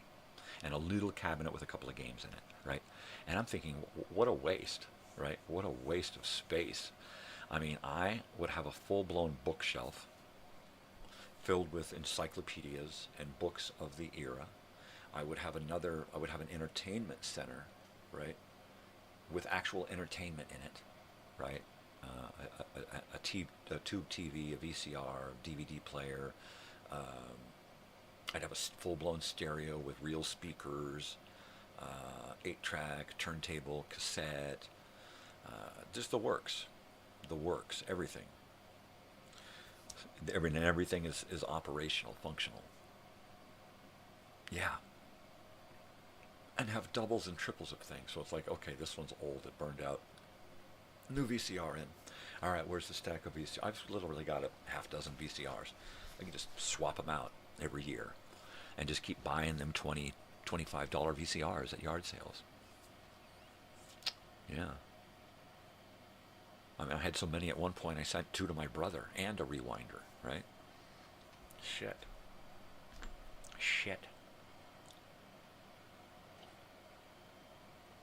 Yeah. So just the opportunity to do a house.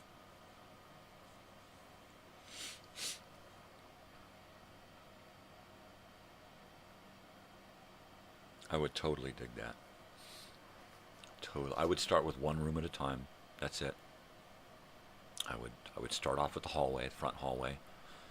The one house that I have in mind for this is great. It's got this entrance hallway and then a crossed hallway. It's got a bathroom and a bedroom, and then down at this end of this hallway, it's got a a bedroom and a laundry room, and then it turns and it's got another room with a bathroom and a bedroom, and it's a great hallway for a lot of photographs and posters and stuff. So I'm thinking burgundy, because it would go great with the gray floor and the white ceiling and white trim, and then do white trim movie posters,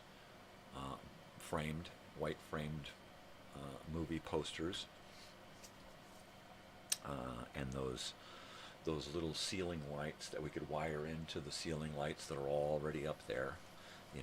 Pop the light bulb out of a ceiling light and wire in behind it a rack, this way, this way, this way, and this way, and then just aim them all at the posters and the pictures and everything. And then at the end of that hallway, as it goes into the living room, put a beaded curtain, right? And have it so that you can put that beaded curtain aside, and probably have, like, around the corners, have just a wrought iron loop around each corner, so you could just take this beaded curtain and just kind of whoosh behind that loop. That's it, and then it's out of the way. But I think that would be really bitchin' to come into a house and go, wow, check this out. You'd spend a couple of minutes just in the hallway, and then work on one of the bedrooms. And then get that one pretty much rolling along and start on another bedroom and start on another bedroom. Do the bathrooms. I'd like to do the bathrooms old style, early 1900s wallpaper stuff, the old newsprint from the turn of the century, and the guys with the barbells and the striped suits and the mustaches and that kind of thing. The naked lady in the bathtub, boudoir type stuff in the adult bathroom, and all cutesy and stuff, with those 1920s or turn of the century women, the nudies, women in bathtubs, women sunning themselves, back early turn of the century nudism type stuff. But nothing real, just like line drawings, right? But that old school wallpaper, same style newsprint type stuff. That'd be neat. The adult room would be different, because you'd feel like there's a water bit in there, but there's not. The entertainment center would be probably in the corner, because it's not really a wide enough room, but put an actual dresser and a chair for reading and a light and some rugs, and really give it the homely feel, because right now the house is so sterile, and I think she did it on purpose. I think she sabotaged these houses, the lady who took them over as host, because she's got competing houses in town, and I've been to her houses, and they're way nicer decorated than she did to these. She actually undecorated these houses when she took them over. Just removed a bunch of stuff and just sterilized them. They're like office lobbies, like a doctor's lobby. I mean, it's just horrible. Right down to the stack of magazines on the fucking table. It's just hideous. So if I took it over, I mean, it would just, they'd be renting this place out every fucking weekend. Mainly because you'd want to be there. You'd find so many things to do while you were there. It's like people don't want to go on vacation and go to some horrible little place that's, sterile. I mean, they want to have an experience, and the experience is, well, let's go do something because this house sucks, right? That's the experience. Nope.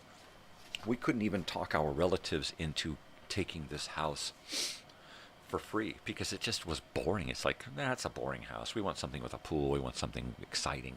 We want something with some decorations and something that looks nice. Well, it ain't these houses. They were on their way. They were really good for a couple of years. And then this lady took them over and they just turned to shit. Stopped getting rented instantly.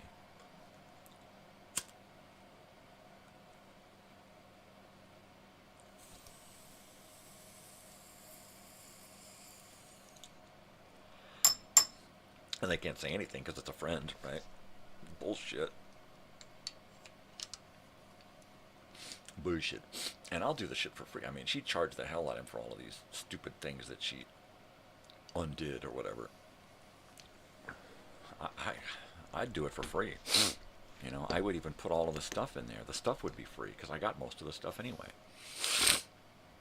And the more rentals we get, right, the more reservations we get, well, that's the more money we get. So it's like it pays for itself. So I wouldn't even charge for enhancing the house or redecorating. If it was something that he was going to have me do anyway, I would, you know, well, sure, if we're going to paint anyway, well then, you know, you buy the paint, I'll do the labor, right? Because it's going to pay for itself, you know. I'll find some cheap track lighting and install it. I'll buy it from the friggin' swap meet if I have to. Yeah. No, whatever you got to do, you know. But I could take a couple of days a month and go and remodel each room one at a time. You know, it's like I've already got a handful of movie posters and some other what do you call it, display stuff. So, you know, it wouldn't take much. It would take some paint, some beads, some lighting, and some picture frames, and I could have that entry looking good. Find a little popcorn machine so that every time somebody shows up,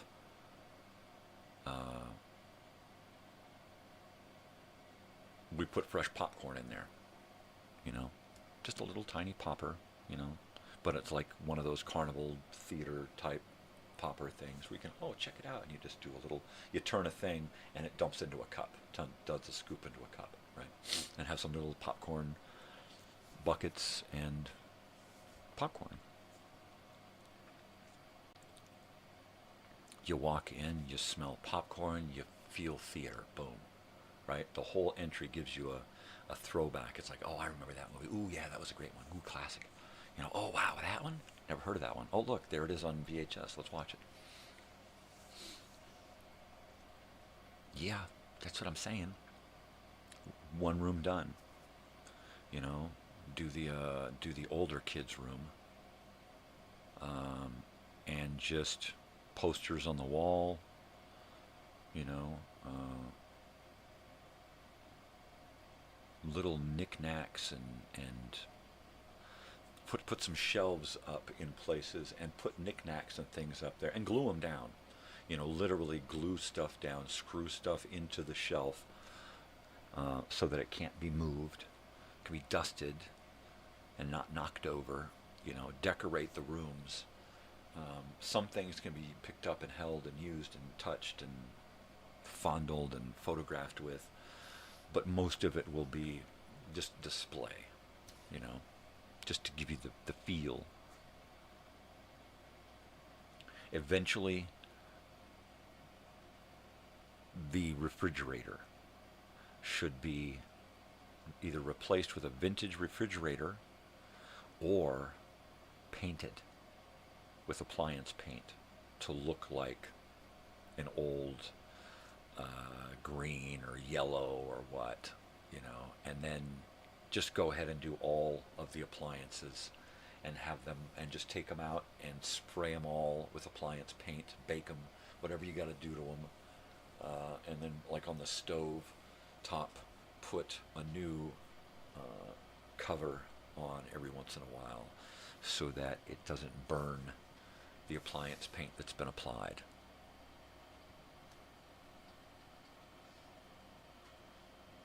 I don't know, I think it just would be really, really, really neat. Go through and paint all the cabinets. All the cabinets could be painted so that they kind of match with the counter and the refrigerator and the appliance colors and the cabinets, and even in one of the bedrooms, maybe in the master, throw in some Berber carpet the whole room in Berber. So you get do half of the living room, do the living room half of the big part of the house, do that in Berber. I don't know.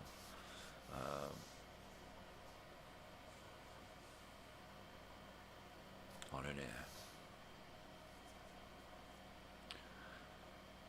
I just know that these houses are so sterile. We go to a couple of houses, and they're not overly decorated, but they've got some warmth. They're not so bland, right?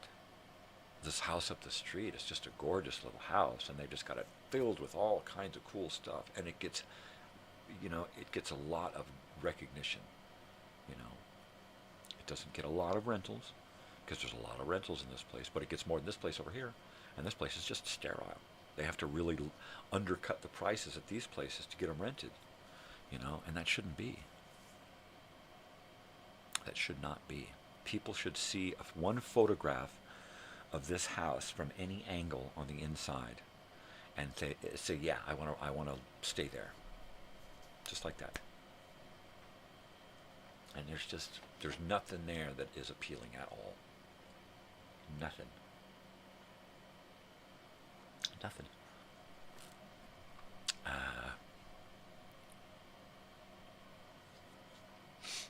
Yeah.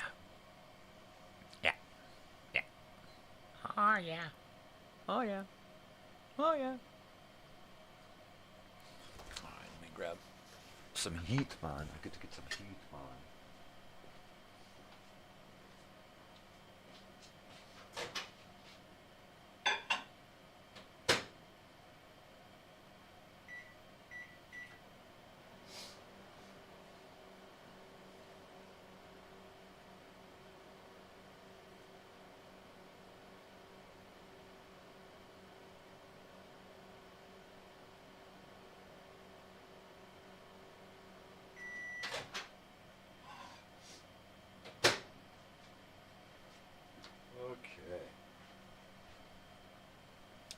Horrible. It's horrible, yeah. Horrible.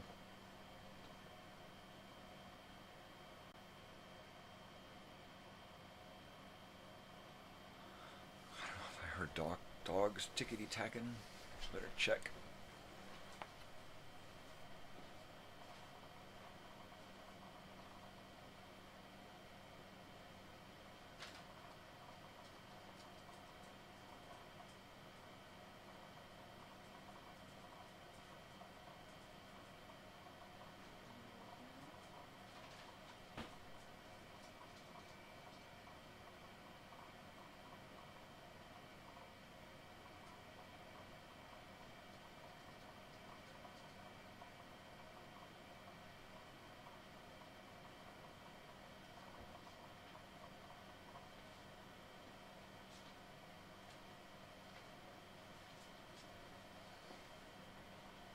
Tickety tick tack tick. Yep, it was Samuel.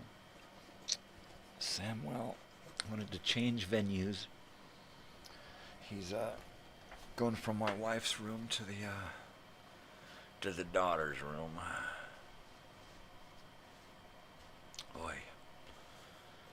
Oi. Well, here I sit, broken-hearted.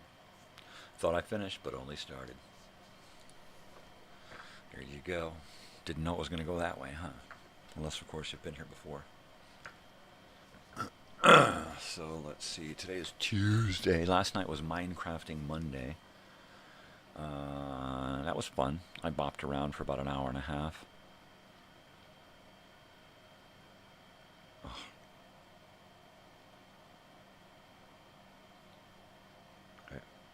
I don't know if it's dogs again. It's hard to tell. It's so subtle when they're inside the rooms.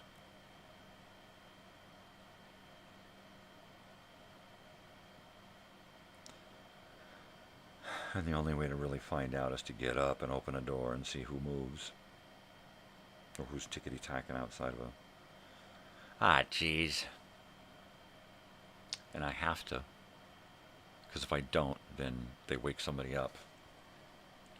Like if I leave Big Dog in the room for too long and she wants to come out, she'll actually go boof, right? You hear boof in a closed room when you're sleeping. Oh. The little dogs, they'll just walk around the door, tickety-tacking, or scratch on the door. Big Dog, she just says boof. Big time. Yeah. Wow. Salem's Lot. I'm trying to figure out when we're going to be able to squeeze that in. It's probably going to be an hour. It's a 3-hour movie. We'll probably do an hour at a time. Yeah. Because by the time we get together to watch TV at night, it's usually pretty late, after 7. And then we're usually in bed by 9 or 10. Sometimes my wife will stay up till 11 or 12 watching TV, but that's not too often. If she knows that she's going to sleep in the next day, then she's got no trouble staying awake late. But usually she's up early and out of the house and doing something and helping somebody, and it's just, she's always busy. And my daughter, she keeps odd hours. So I know she's never going to be awake this early, unless she's got to go to school. And today's Tuesday. She don't go to school again till tomorrow. So she got class tonight, but that's online. She's rocking and a-rolling, doing that university thing, maintaining, keeping that 4.0 alive. Keep telling her, take advantage of it while you can. If you can do this stuff and get away with good grades, do it now.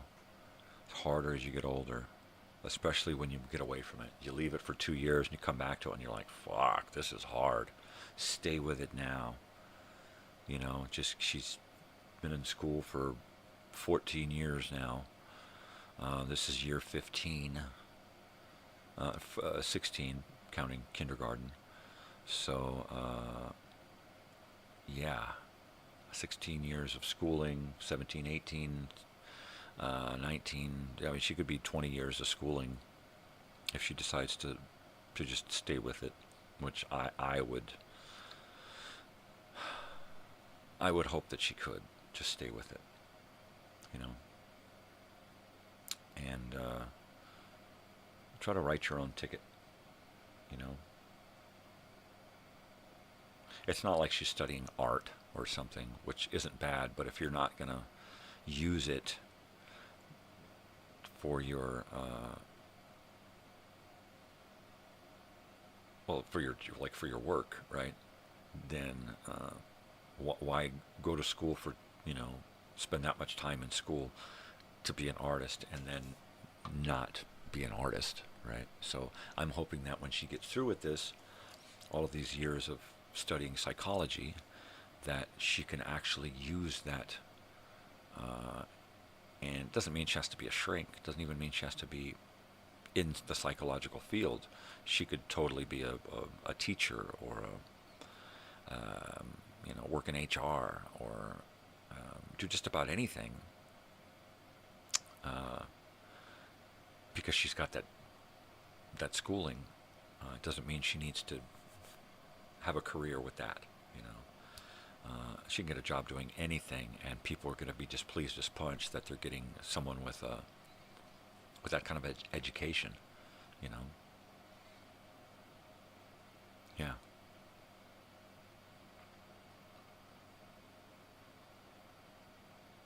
Totally.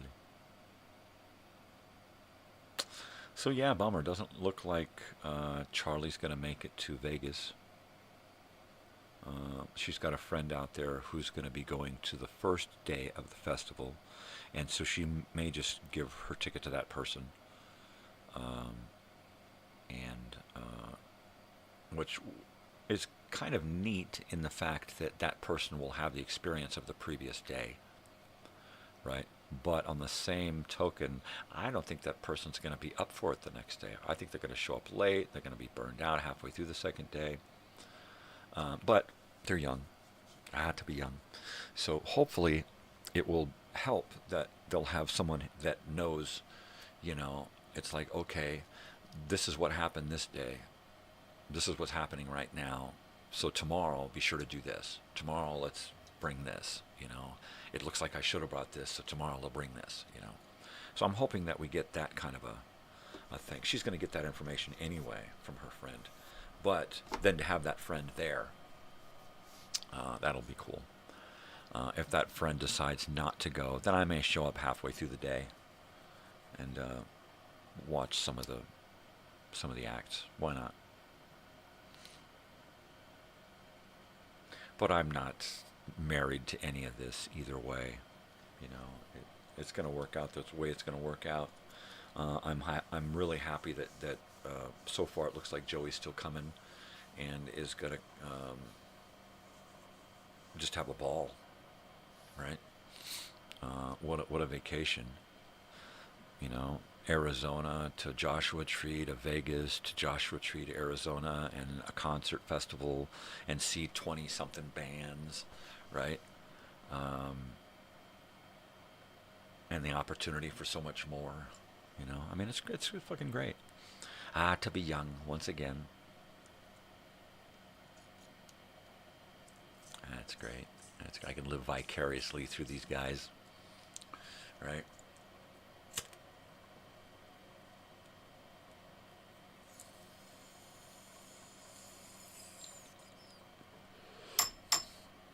And I don't know about you, but the kids I know, you know, late teens, early 20s, they're not as rowdy as we were when I was in my teens and 20s. My gosh, it was always living on the edge, you know. I mean, every freaking day it was like, you know, prisoner of the morgue. It could happen either way at any time, and it did to some, you know. Some of us kept that lifestyle right up to the end. Some people are still there, unfortunately.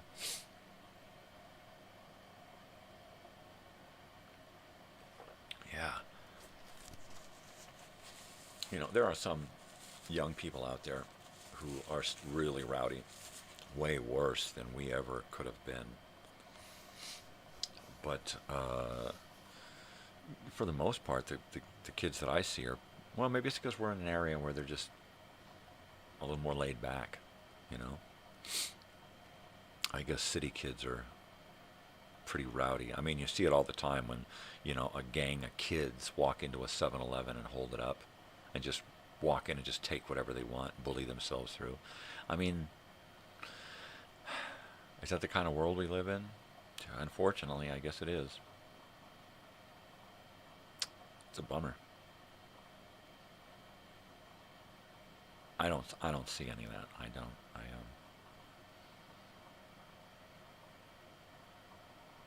Maybe I'm not looking, but the kids that I know, they're not like that. You know. I guess it has to do with the region you live in. You know, it's geography. It's geography, man. It's geography, man. Yeah, to get old geography. Yep, I got to get me out today and do a couple of things. I got to get out to the reservation, get some weed, and yeah, crazy stuff. Because he's a crazy man. Crazy man. He's a crazy man. Oh, yeah, crazy man. Totally crazy man. For sure. Like, oh my God. No way.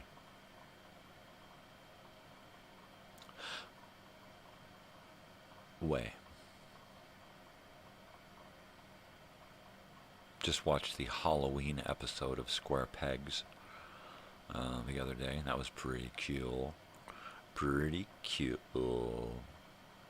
Tell you. What a weird show, you know. I mean, there were these different cliques of people, right? And the different cliques kind of intermingled a little bit. And there were always this, I don't know, pullback, you know, trying not to get along. And they always wound up getting along anyway, you know. The tough guy would, you know, befriend the nerd. And, yeah, it was just, you know. That kind of shit actually happened, you know. I mean, one year I've got guys from the football team in my freshman year in high school threatening to cut my hair with actual scissors, you know, cornering me in a part of the school. And then the following year, having a class with one of the football players who in junior high came onto campus as a high school student and had me by the throat threatening to kill me, right? And I get a class with this guy where I'm sitting right next to this guy, and we became friends, right? So, yeah, it was, high school was in a lot of ways just like it was in the movies and in the TV shows. It was just Hollywood. But a lot of those things, I mean, it's weird to think that, you know, my life was a movie. My life was a TV show, you know, because it felt like it. Especially looking back at it. I actually look back at my life in episodes. You know, oh, remember that episode when we went to Disneyland? You know? Which episode that we went to? There were a couple of Disneyland episodes, right? Yeah. Okay, so it was like 1985, and we went to Disneyland, and we went up there in Chris's van, and we all hung out walking down Tomorrowland Main Street, the main strip in Tomorrowland, smoking a joint, passing it back and forth, right? And got away with it. Mainly because you could smoke anywhere back then. And we all had cigarettes. So we were all walking around smoking cigarettes, casually passing a joint back and forth, and got away with it. Or that time, that episode that we went to Magic Mountain and hooked up with those girls, right? Yeah, that was weird. That was weird.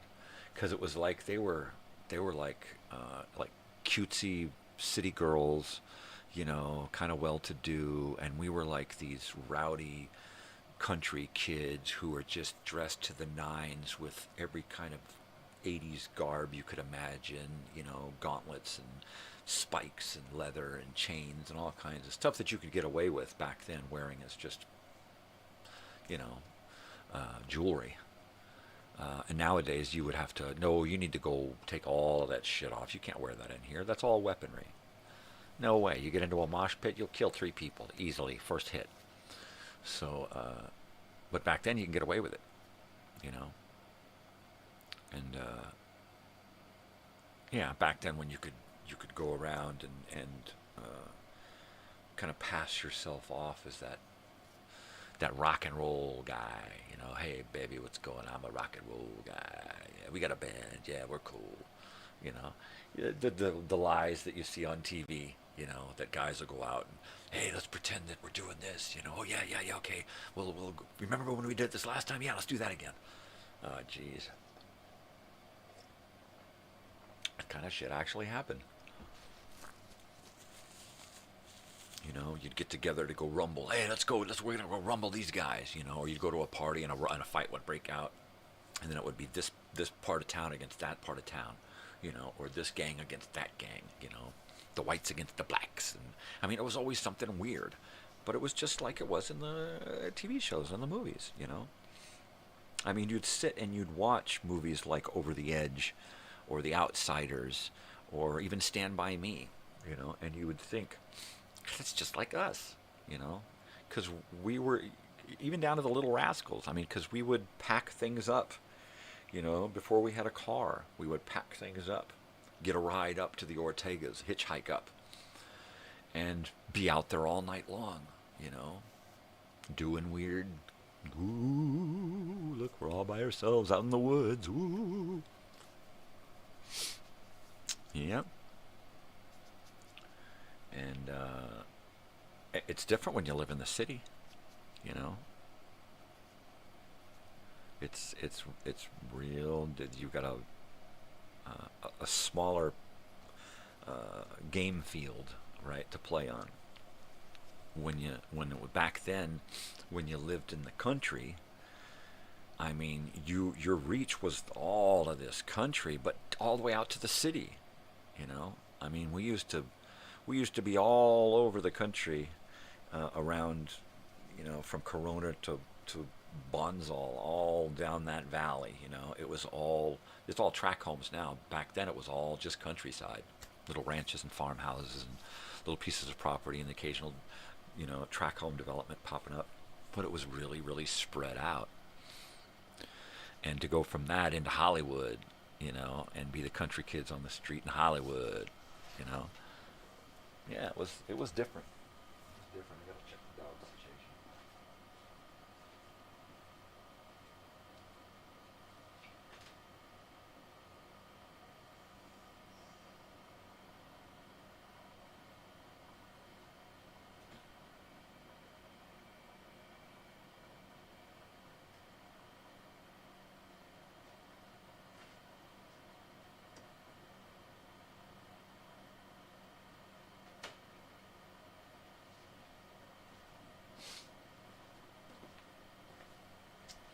Totally.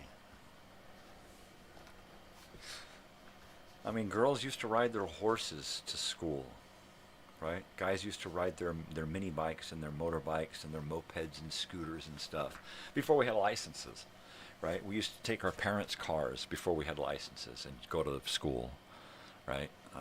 That shit happened all the time, you know?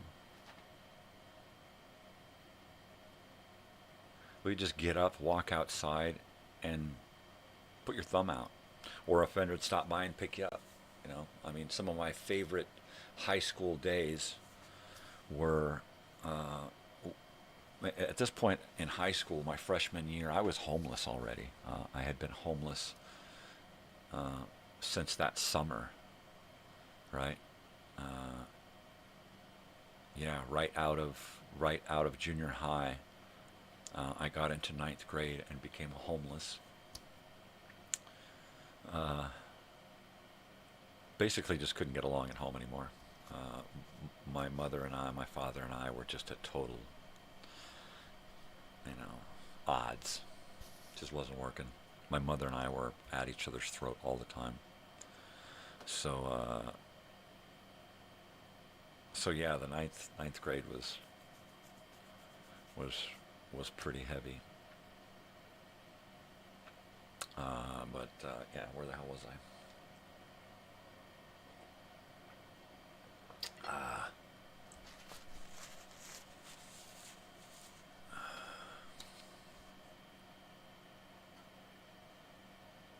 I would leave my friend's house, Chris. He got homeschooled, so he just stayed home. But I'd get up and I'd leave and walk out and walk down the street to a friend's house whose parents sold weed. And I would just tackety-tack on the door, and Mom would be in there drinking coffee and rolling joints for the day. And I would just go in and hang out with her and smoke a joint with her, or she'd smoke a joint with me. And then I would buy a joint or two, or she'd just offer them up. And then that was Tony talking about gargoyles last night. And then my friend Gary would stop by in his van and pick me up. And I'd be like, there he is. And we'd get in that van and we'd cruise around the lake picking people up, you know. And as we'd be picking people up, we'd be passing that joint around, man. Getting ripped up. While you were driving? No, the driver, he never smoked. No, bullshit. We was all getting loaded. Back then, come on. What did you expect a bunch of high school kids to do? Be little angels and gather and do Bible study? I mean, hell no. We were crazy. That's why I said you get today's kids and, you know, they're pretty subtle. They're pretty subdued compared to the way we were.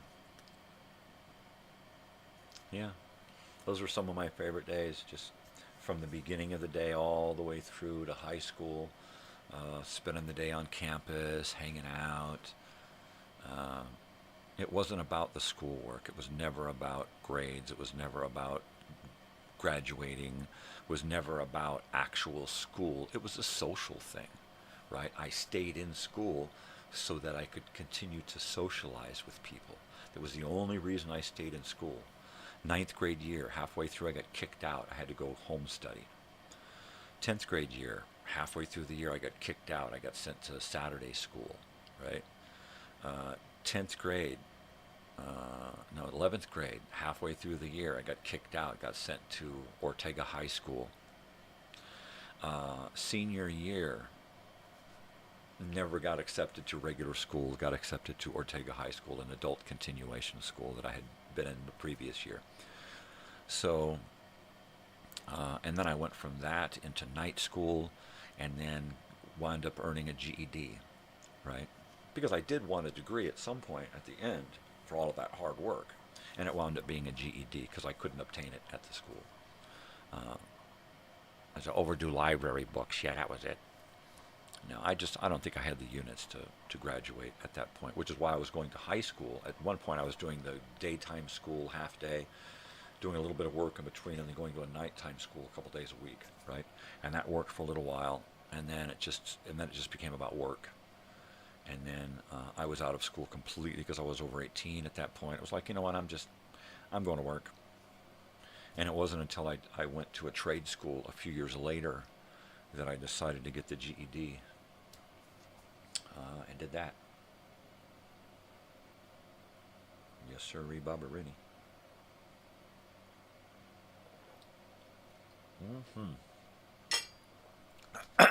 There you are. There you go. So,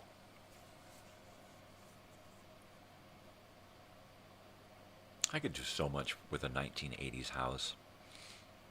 You know? I mean, the games, right? The videos, the decorations. And it could all be done in steps so that it's like, okay, let's reshoot the photos after we do a couple of rooms, and we'll reshoot some photos. And then we'll do a couple of more rooms and we'll shoot some more photos, right? And we'll see what that does for us. I can shoot the photos, get my wife to do them. She's great with a camera. I'm the one who took photography and she takes the better photos. So, yeah. And I can even take a corner in the garage, strip it, decorate it like I want to do the room, and send some photographs to the guy and say, this is kind of what I have in mind. Right? The rooms, we don't even really need to worry about paint at first. We can decide on a good color later, something that goes with the particular theme of each room. You know, pink and blue stripes would be kind of cool for the twins room, because I kind of want to go with a circus theme and do bunk beds and I want to make the bunk beds look like a circus train car with the animals in it, right? Even so much as to putting a giant stuffed lion in one, you know, and a giraffe in the other, or something so that you get the idea, and have bars on the upper one, so that, and maybe a padded way up in there, so that you can't get hurt, right? And make it so that it'll work for adults or kids, right? Have trundle beds that pull out in places. Yeah. That'd be cool. Be totally cool. Totally cool.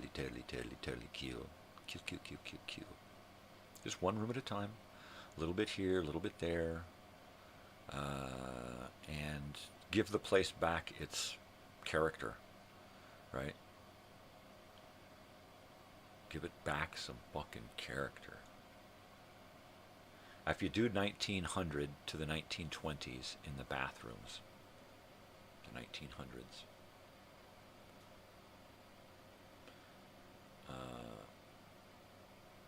do a twins kids room in one with double the bunk bed thing. Do one that's kind of a teenager's room, right? Do the hallway with the movie posters and lights and stuff, so you get that whole 80s movies feel. And then the living room should just feel like a family room from back in the 80s, which was more about the people and learning and sharing than it is now. Now it's more about swiping and scrolling and sharing texts and stuff. It's different. So if we go back, you know, it's okay, look, here's in the parents' room, it's like, here's the Wi-Fi information. Use it sparingly. Don't ruin your experience by giving your kids the ability to hook up their bullshit and escape into that. Because ultimately, if you're gonna go stay at a house like I envision, you're gonna want to go there to immerse yourself, right? And I can constantly swap out records and videotapes, and you know, have an ongoing library of things that just kind of grows. You know, it's got to be somewhat cluttered because that's the way houses were. It had a certain amount of clutter. There's no clutter in this house at all. It's like devoid of any sense of humanity. It's just ugh. It's like a surgical ward. I mean, it's literally just boring. Boring. I mean, I even want to have bikes. I even want you to go out into the garage and say, oh wow, look, there's musical instruments, and there's a place where we can hang out and get high and drink beer, and look, there's 4 bikes right there. Who wants to go for a ride into town? Right? Boom. Fucking boom, man. Yeah.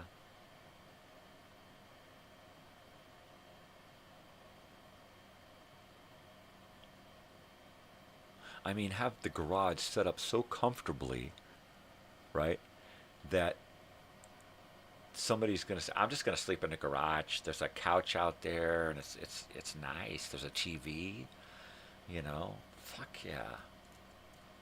A stereo, a tube TV, you know, some musical instruments, some bikes, some skateboards, you know, the works, man. Let's get into the fucking... You know, hey look, there's frisbees and footballs, there's a street right there, let's go play catch. Dude, bro.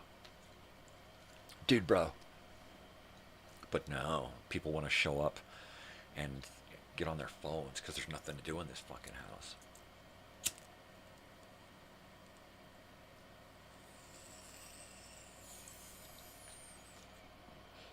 Dude, bro.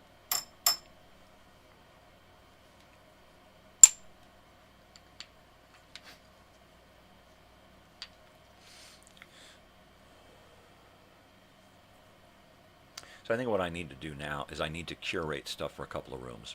I need to go through my movie poster stuff, and I need to go through my teenagers' room stuff, and I need to create elements for those rooms, all right? A lot of the stuff I can just take what I have and repair it, fix it, clean it up, boom, it's ready to go. Some of the things I'm going to have to find, right? I've got a few posters from back in the day. I can gather up a few more here and there on eBay and whatnot, spend a few bucks, because in the long run it's going to pay off, you know. Try to get some of these posters and things from the old days laminated so I can just stick them up on the wall like before, but they're safe, right? They're tacked up, but they're safe. And I happen to know people who can do that, so that's great. These t-shirt people have all of the great tools to do just about anything. And then I can have recreated things that you want but you can't find, you know. Some of the artsy-fartsy trinket things. Yeah, I mean, like these things here. It's a slide whistle, right? It's not there. It's in my other container. Eagle balsa wood gliders in a box. They used to come in a little bag. Now they come in a box. The one with the propeller on it, right? These little balsa. So what I would do is I would buy a gross of these things, right? Just a huge fucking box of things like that. Little boxes of kazoos, harmonicas, balsa wood gliders and planes, little things that are really cheap to get in bulk, right? Just like chocolates for the bed pillows, right? Mints. Have these things so the kids walk into we know there's going to be kids there. So the kids walk in and they go, oh, look, a glider. Hey, let's build these gliders and go out and play. Right? Boom. You're just transported back in time. Ooh, let's play this board game. Ooh, let's play Sorry. Let's play Simon. Ooh, here's a Casio keyboard. Let's keep mom and dad awake playing chopsticks. You know, whatever.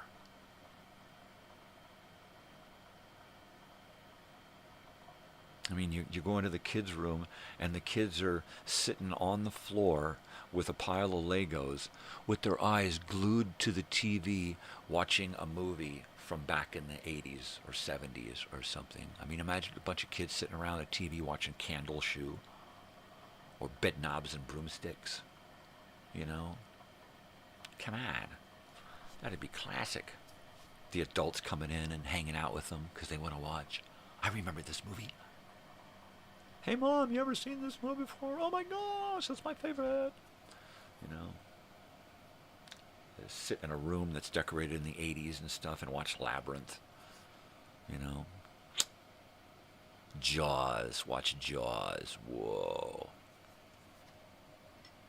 Yeah, coffee's gone. Ah, jeez.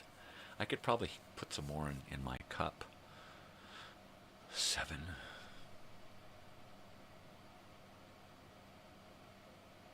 So I haven't finished cleaning up in here. I need to, still need to strip everything out of here and vacuum and dust and then put everything back in. I'll probably wait until closer to when we're having a house guest so that it stays cleaner for longer or has a shorter period of time to get cluttered again. Yeah. We live in a shoebox, really. It's a small place. And it's kind of wonky and wobbly. Because it's old. It's a mobile home built back in the 60s. And it's been here since the frickin' 70s or 60s. It's just been here forever. And it feels like it. It's just so wobbly. So wobbly. Probably loaded with lead and asbestos, too. No, really. It's okay. It's okay. It's better than sleeping outside. It's better than the little travel trailer we were in for a few years. It's inexpensive as far as houses go. Usually you can't get a place out here for more than a couple $1,000 a month. And since we're under $1,000 a month, we're doing pretty good for 2 bedrooms and a yard for the dogs. So, yay. I love my house. It's falling apart around me, but I love it. I love it. Oh. Oh, yeah. So anyways, like, you know, I've got like this whole thing going on in my head. And mainly, it has to do with this, this reunion thing, the t-shirt thing. And now, once again, back to the house thing. You know, I need to get out to the swap meet. And I need to find some track lights. You know, because I could find like old track lights that I could clean up, put new bulbs in, rewire, and pick them up for a couple, like $2 each or something. You know, so I need to find that. And get, if I had like 3 or 4 similar track lights, you know, if they were all the same, and I could just wire them up to existing lamps, you know, put just put up a track light, take the wire, run it over to the existing light, cover it with a little plastic track, wire it into the back of the light, put a lower wattage bulb into the light so that they still light up, but mainly it's just these. So you can flip one switch, and the one switch turns on the track lights and one light, and then the other ones still work to turn on the other bright lights. You can turn that hallway up and brighten it up, right? And a couple of gallons of burgundy on the wall, some nice bright white on the doors and the trim. You get some nice frames to put these movie posters into. And bada bing. A nice curtained beaten, right? A beaded curtain at the end of the hall, a curtained beaten. God, I love my fucking screwed up mind. A curtained beaten. All right, that's it. I'm getting more coffee. Because I can.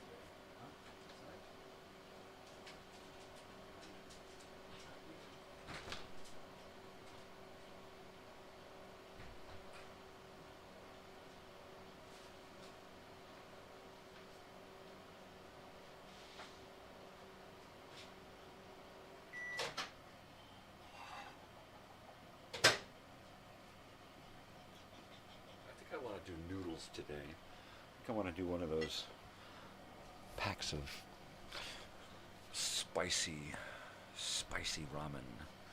I don't know I can't remember the brand name, but they're like the big giant package of ramen. That spicy stuff. Boy, it melts your face. I feel like having some of that today. And I think I've got some crunchy noodles, some of those little We used to call them fried worms, right? The little crunchy noodles. Those are great. Great, it's good, it's good. Good stuff. Yeah, a little wonton. A little ramen. You know, ramen's great because you can do just about anything with it. I like taking ramen, and you can take some of that pre-cooked little tiny shrimps, take some of that, take a handful of that frozen, and just throw it in there and add your hot water to it, and it heats up the noodles and the shrimp at the same time. Also, you can add in like a scoop of like frozen vegetables with the corn and the peas and the carrots. Add a scoop of that in there and heat that up with it. Add some chopped green onions. Yeah, I mean, there's so much you can do with ramen. Ramen, she's already buffing out there. Oh, jeez. It's going to wake up all the other dogs. Oh, tedious.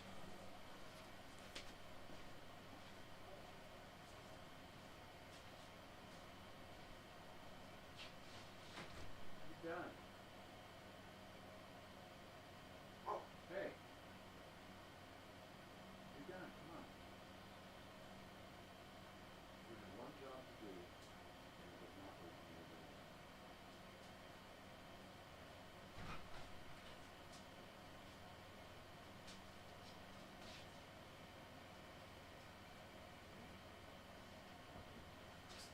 You woke up the Uber. Come on, Uber. Now you got to stay out here with me. Because I'm not opening doors anymore. Come on.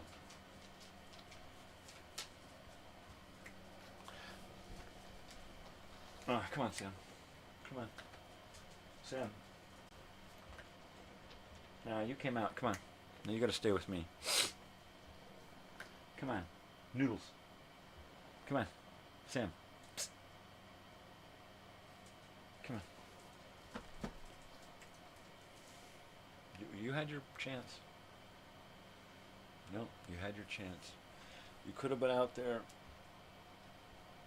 but instead you had to bark at nothing. So now you're back. Sam. You're yawning too? Come on, Sam, get over here. Come on.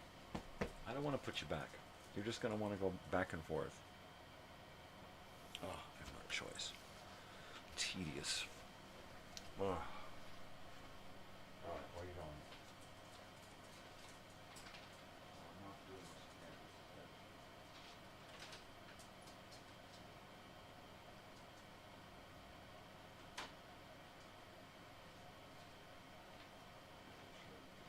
That's bullshit. I'll be up again. He'll come in and then he'll scratch and then I'll have no choice but to get up.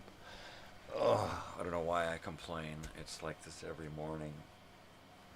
The only time it's not like this is if I happen to sleep in. Right? Or somebody else is awake in the house and it becomes their job. I get the morning shift. I'm the morning doggy doorman. Jeez Louise.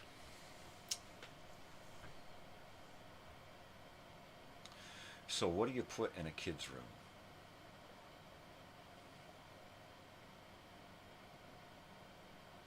So a teenager's room in the 1980s, where you're going to have posters and pictures, magazine cutouts, right? And I'll have to get all those things laminated so when they go up on the wall, they're safe. Otherwise, somebody brushes by with a suitcase or a over-the-shoulder bag and brushes the wall and it rips a poster, right?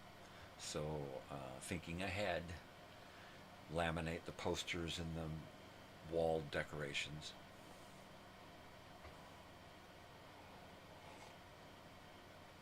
So that they can still be put onto the wall like a kid would have done them, a teen, but they're safe.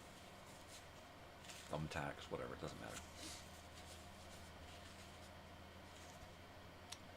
A boombox, a stereo, some cassettes, some records,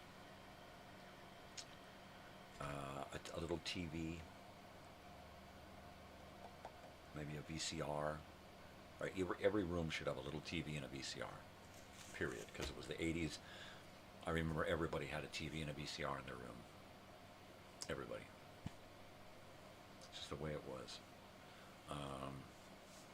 What would be really neat is if I were to have a closed circuit channel that I could have a loop of stuff playing, right?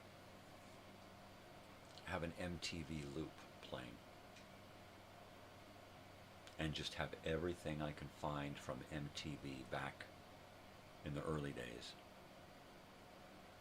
And just have it on a long play DVR type thing, right? And it just plays and plays and plays. And so you go to that channel on the TV, and there it is.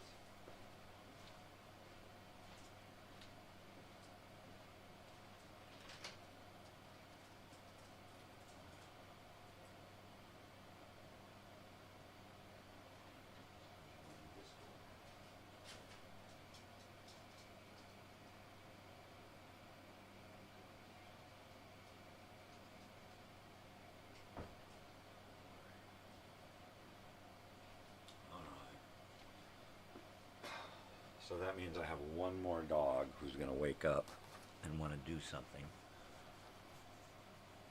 Only one dog hasn't been, well, Tootsie, she's not going to get up. She's not going to get up until Natalie gets up. Or until it's late enough that she's like, all right, I got to go pee. But little Ollie, he should be up soon here.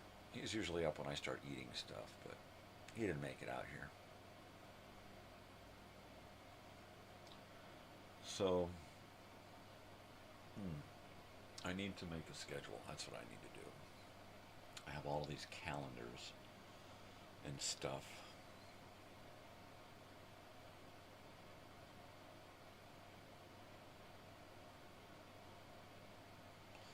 But what I really need is a printout.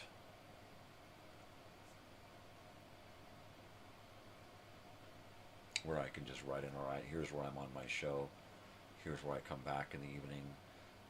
I got nothing to do all day long, so let me see this, and this, and this. And then try to go a few days writing up a schedule for myself and try to get into some kind of routine. I've got a routine of uploading stuff, and I've got a routine of creating stuff, but I'm running out of room to create. It looks like I'm going to have to come up with some kind of way to get a hard drive. About $100.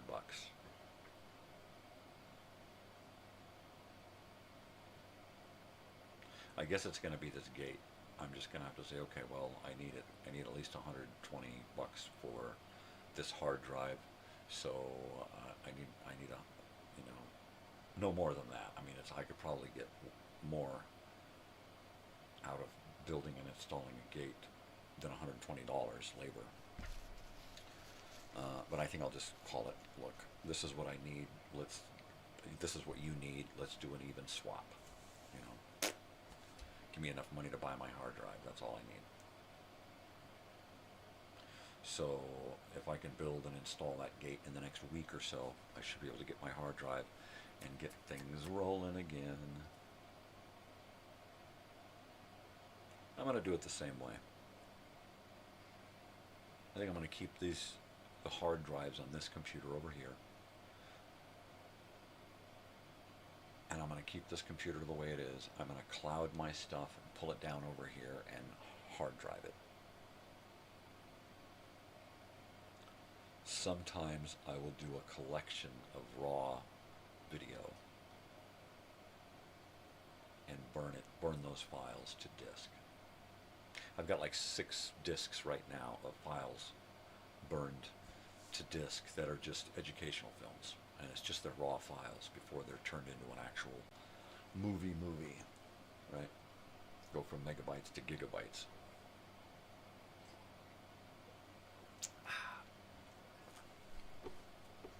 Yeah.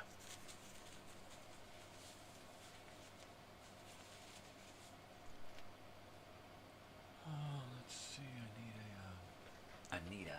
Anita Bryant. That's what Anita.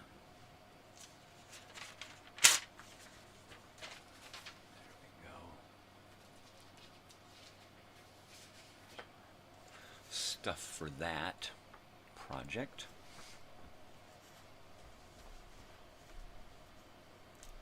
Okay, so a couple of projects we have here. We've got shirts. That's the main project, shirts. Shirts and show for the shirts. Okay. The next big project is going to be that gate. Gate for hard drive. HD. Okay. That'll work there. The next on down the line.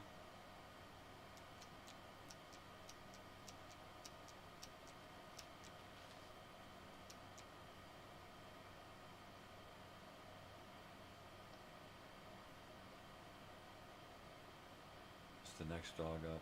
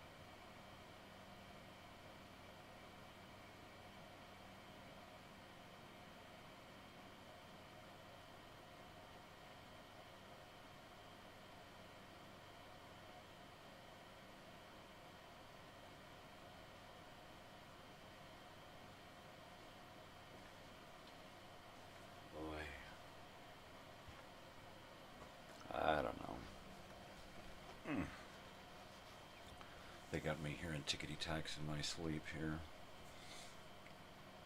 Boy.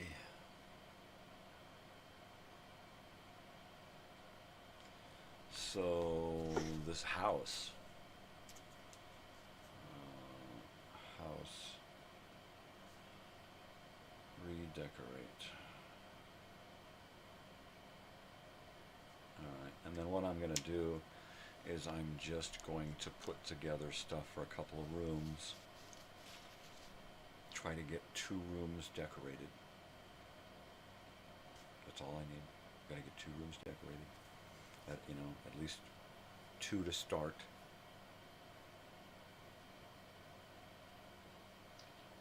So if I can gather some lights and some movie stuff,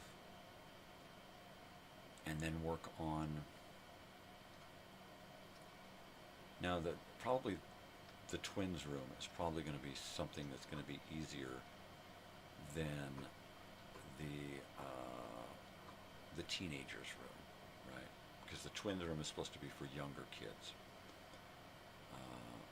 A rug for the floor that has roads and stuff on it so that kids can take cars and drive them around. Boxes of Legos. Barbies and that kind of stuff.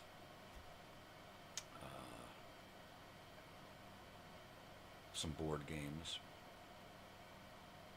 like Rubik's Cube, that kind of stuff. Pardon me. I've got a small Fisher-Price turntable. That would be great. I get a couple of kids' records, a little tube television and a VCR and some kids' tapes, right? And these are all things that I've got. I can completely do all of this. The Barbies, the Legos, everything. I'd have to get a rug and figure out how to create or get a bunk bed that I can turn into a train car for a zoo or a circus train car.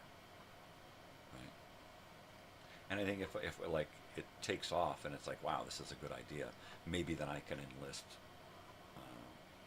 the owner of the house, who's a contractor, to help me build a couple of things. Like, okay, well, you build a couple of things, bring it over, drop it off, and then I'll take that and assemble it with the stuff that I have and create something, build me a stackable bunk bed that's strong and durable that I can mount together and bolt to the wall, and then add on my stuff and paint it and make it look like a train car. Right? A couple of cutouts with some scroll work, some posts for, make both upper and lower look like cages, right? With little entrances in. Kids love that shit, Make it so that I can swing those things aside, make the bed, swing it back in, right? The top one, have the top one so that it all just swings down, right? Boom. Make the bottom one so that it swings upward and locks. Make the bed, swing it back down, lock it into place.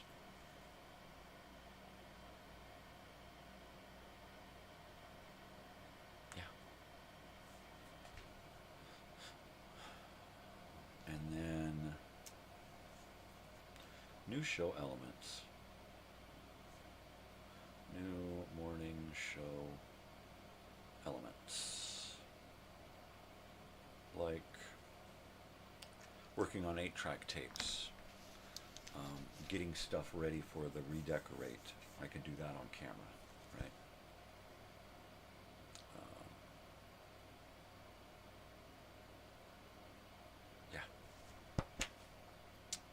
So there's some things that I need to start working on a daily basis.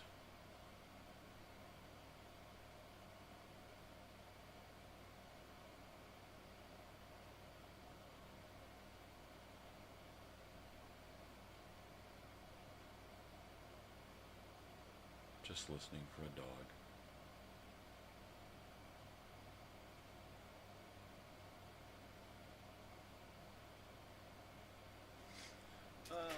Doggy doors.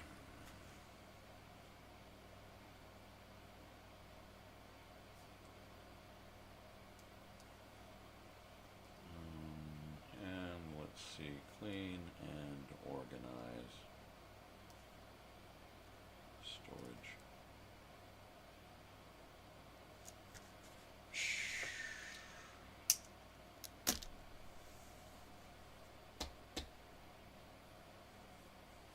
So those are some ongoing projects that are going to take a lot of time and detail to take care of. I think the cleaning and organizing of storage is going to be part of the new morning show elements here, where I'll get a table set up in here permanently, get rid of the tripod and mount my camera on a bracket up out of the way, have it so that I can aim it directly down at my work table, and then start using it to go through everything that's out in the shed, and use that time to catalog stuff. Every evening bring in some boxes of stuff, and every morning go through those boxes of stuff, organize them, catalog them, price them, package them, curate them, get them so that no matter what, somebody else comes along, they know exactly what to do with it. Here's information on this product. It goes with this and this and this and this. Take all of those things and put them together. I've got these old 1980 cameras, 1982. And I've got 5 of them. 3 of them are in their plastic cases. 2 of them I have boxes, the original boxes for. I have tape machines and cords and stuff, and I've tried to put together groups of things that work together, right? So it's not all there, but I've got a lot of packs. Like this lot works together. All of these things go together to create this particular lot. It has to be sold together. If you sell it separately, it's not as worth individually as it is together, right? A working 8-track machine and stereo speakers and everything, and 8 tracks to go with it. A giant collection of 8 tracks, right? Working 8 tracks. So stuff that actually works. Put all of that together, price it, and then say, okay, look, it's worth this. If I should die before then just sell it for this. If we get to where we can use it for the drawing and the giveaway stuff, then we'll use it then, which is my ultimate goal, is to have a lot of these things curated in packages and displayed up, and you can sign up to win, any of these things. That right there. What a plus at the festival, And I'll have to start advertising these things. Okay, look, these are the things that we're going to be doing. See this room here? You could win anything in this room just by showing up, buying a ticket to get in, and then entering the drawing. Free drawing, but you've got to buy a ticket to get in, right?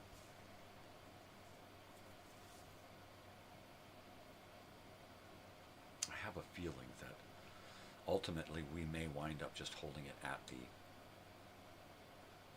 Elsinore West Marina. Unless I can find an alternate location to somebody who's not necessarily what we're looking for, but they have the property, right? So we'll see. I'm going to have to do some finagling, some shoehorning, but I think I can figure something out. Networking. It's like, anybody know these people that own this over here? No? I guess I'll have to go introduce myself.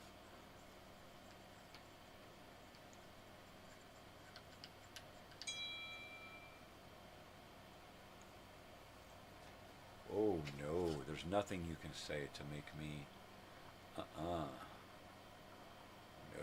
you are garbage, go away, junk, junk, junk.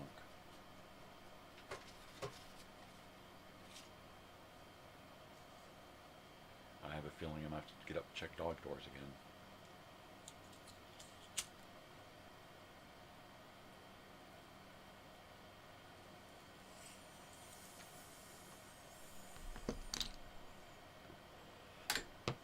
That's all right. I'm going to have to go take a leak anyway. All right, I will leave you with this.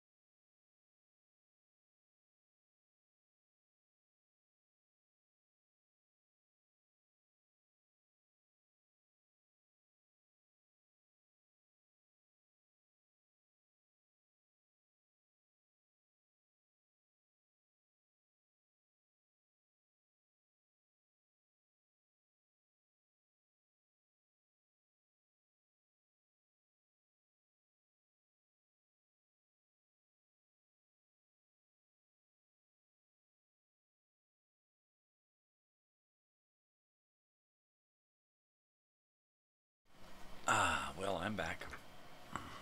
Dog situation dealt with. Ugh. Maybe.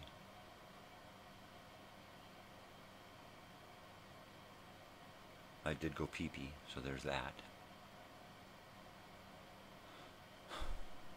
I don't know.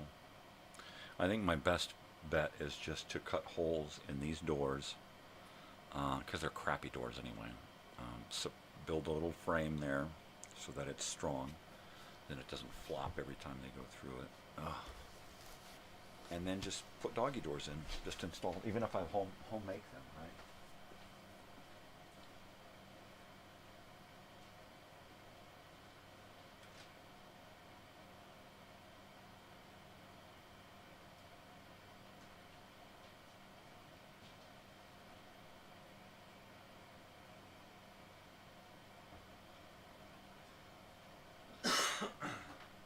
Yeah. I'm hearing dog feet in my sleep here.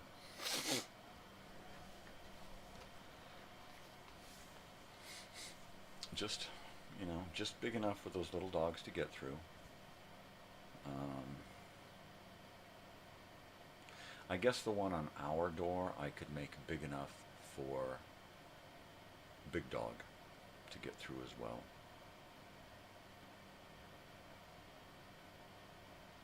And then she could take herself in and out of the room at night to get a drink of water or to come sleep out here, because she likes to move around. Sometimes I'll wake up and she'll be at the door wanting to come out here. She doesn't even want to go outside. She just wants to be out here. Right? Like, okay. So there's that.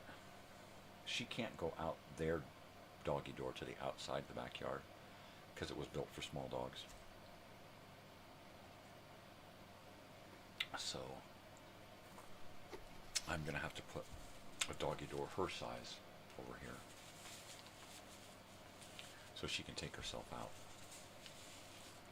I think if I just install 3 doggy doors, I won't have to get up and be a doggy doorman ever again.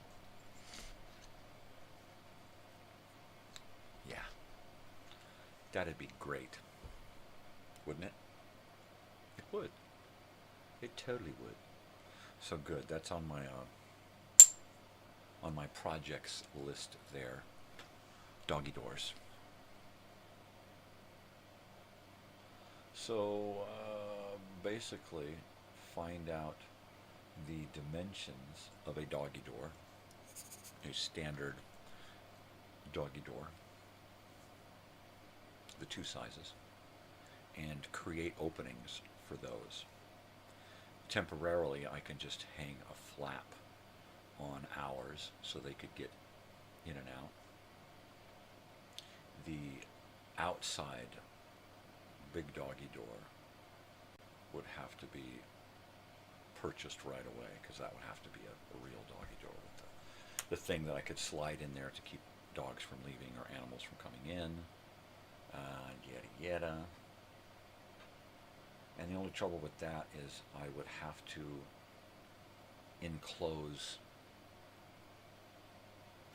the porch, the top of the stairs out there with lattice, so that I would feel safe about her being out there at any time. A dog walks by and she's over the fence, right? From the top of the stairs there, she doesn't even have to jump. All she has to do is just stand up. She's out. Of course, she'll have to land, 6 feet on the ground, so she'll probably break her legs. So I've got to block that off with lattice so she can't even attempt it. And then she can go out whenever they want.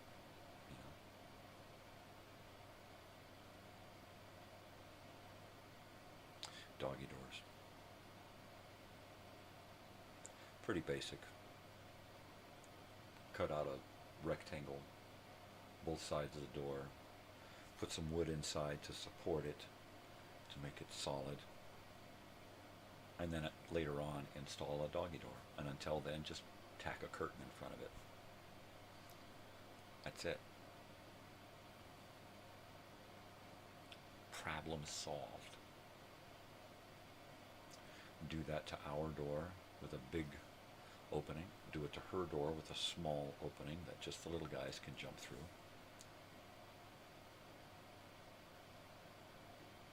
And then later on do the exterior one.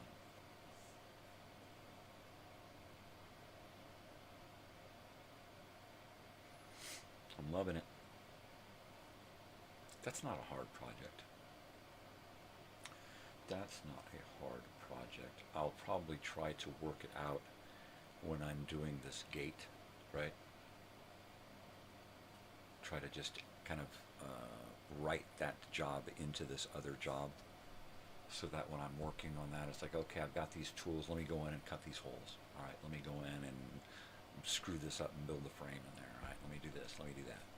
So I'll just extend that job off a little bit and do the little things that need to be done in here. Doggy door, doggy gate. They're related.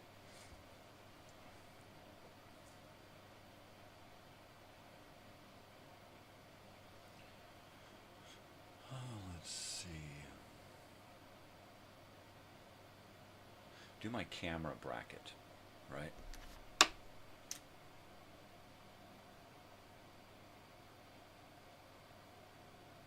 And then I can get rid of this tripod, and I can bring in a table, and I can set this up here. Another thing I need to do is try to get a living room light.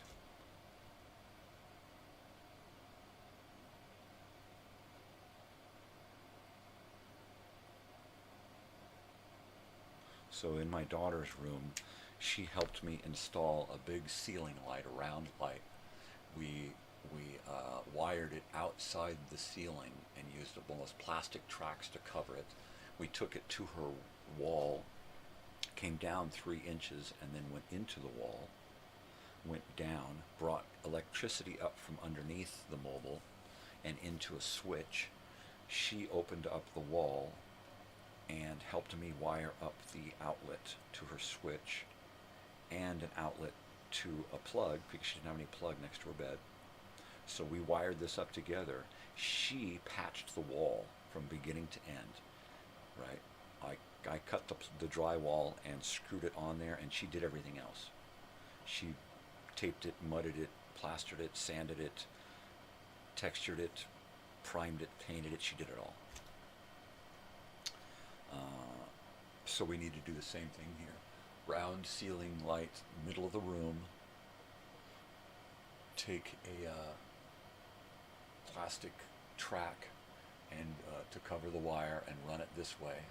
Run it to where I'm going to install a beam here, a decorative support beam, both. And run it underneath that down to the corner. There's already power there, so I just need to wire in some new switches. That's it. That's all, baby.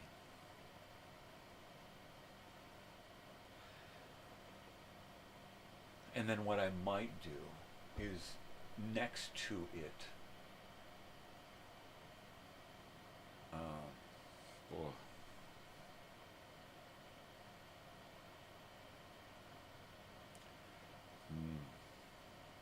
my body just revolted against me. How revolting. So what I might do is next to it put in a retro box into the ceiling with wires behind the light coming out and into the box. Still use the track, but have it come to the light.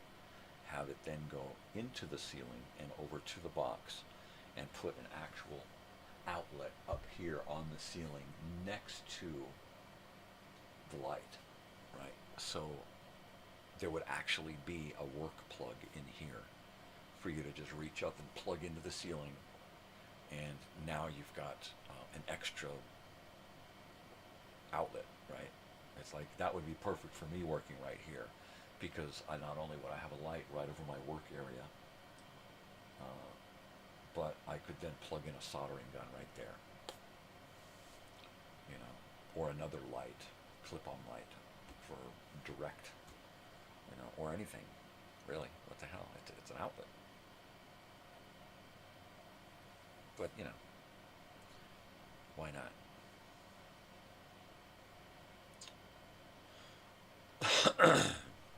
So there's a few things on my to-do list.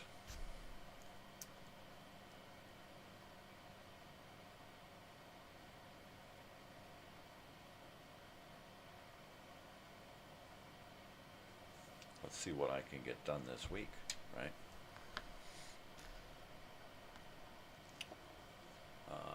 I can do a couple of, get started on it, pardon me. I can get started on a couple of these things today. Go out and get the wood for the gate, stack it up out here, keep it nice and tight together so it doesn't warp. And tomorrow sand it out, restack it and rebind it. Go by the shirt place and take a look at the shirts they've got and plan a day to come by, regardless of whether I have money or not. I know I've got a little bit of money to give to them, but I'd like to have more. So I'll stop by there before the weekend, hopefully, and set up a day that we can print so that I can come in and be there for a little bit of the run or help, the whole, whatever. Because I could be brought on once in a while to help. I mean, I'm totally used to doing that kind of work, factory work, so as is my wife. We could go volunteer to go in and help do a few things. Not for pay, maybe for a discount or something. But I would just go down to help, learn how to work the machine so I can print my thing and then say, if you ever need me to help you with your stuff, just, that would be the trade-off. I owe you one. That'd be great. So let's see.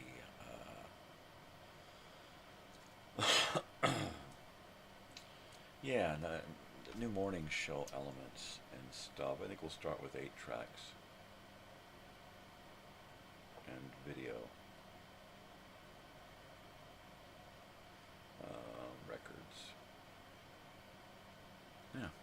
Because we can just pull out, like one morning we'll just go through and pull out 45s and sit here and go through 45s. Right.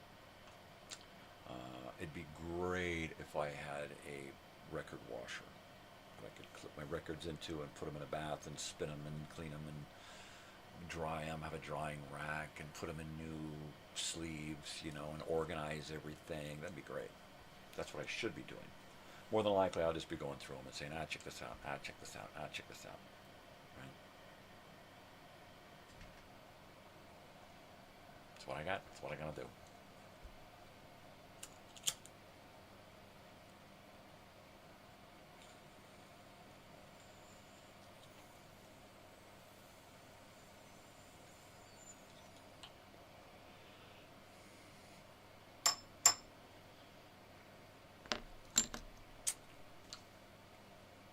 Deal with this paperwork and get that in this week.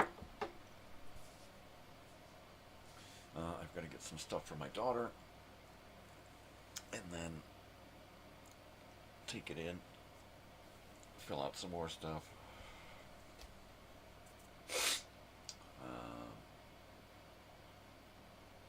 But I can't do anything with her paper. So I'll get that from her today. Pardon me again. My goodness. I keep whacking that microphone there. Paperwork.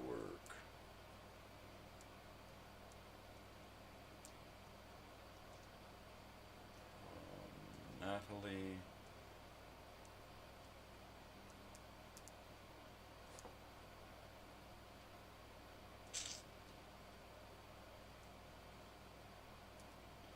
And then I'll go there Wednesday, spend the day there dealing with what I got to deal with, make sure that I'm good to go for my dental procedure at the end of the month. That is, every way I look at this, I'm screwed on YouTube. It screws up my morning show. It screws up my nighttime nonsense and nostalgia show. It kind of fucks with the Minecraft show. I can still do that. video time machine is going to have to take over for the nighttime nonsense and nostalgia, because I just won't physically be able to do any talking, right? So the commercials, the Elsinore Brothers and Sisters Live, everything is just kind of on boom, done. Ugh, fucking dog.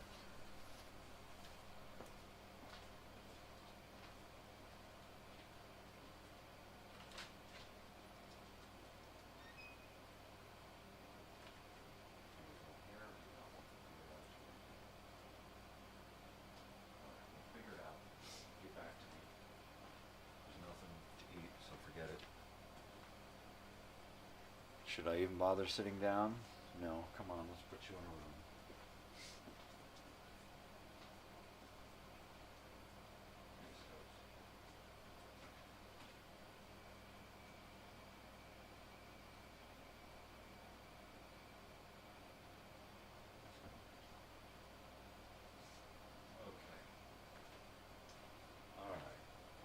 Okay. All right. Third dog dealt with. Okay, there we go. I'm up and down to death this morning. It's my morning calisthenics is up and down, up and down, up and down, dealing with dogs. That and the rumbling in my stomach. Okay, so, yeah. I need to try to get word on that house this week and find out if I can get her on board with this reunion thing. Will she hold the house for me up until the 6-month mark? And then at the 6-month mark, I will put down the down payment or pay for the house completely if that's what she wants, and rent the house. More than likely, I'll put half down. I might even make out a payment plan, because that's an option, and work out a payment plan. The only trouble is that I would then have to work through some kind of payment direct deposit thing, and that wouldn't work for me. More than likely, I would be going down there and talking to her and getting some kind of money transfer somehow, and maybe even get the money to somebody who can then be in charge of booking the house. All right, you've got experience with Airbnbs, you book them all the time, here's the money, book the house, right? Now we're in. All right, you put me down as co-executor of the whatever, right? So we get that taken care of. Get the house booked. Now the only thing is, it's got to be a house that has beach. You know, if this place doesn't have enough beach because it's a little down toward the area on Lake Shore that has a bit of a steeper incline, right? So I'm going to have to physically go look at the house.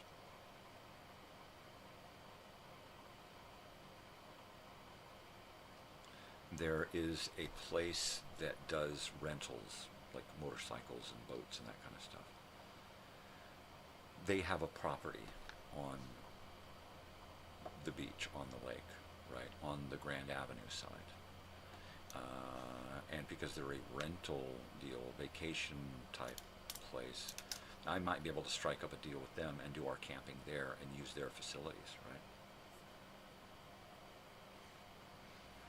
So it's just a matter of getting out and networking. So yeah,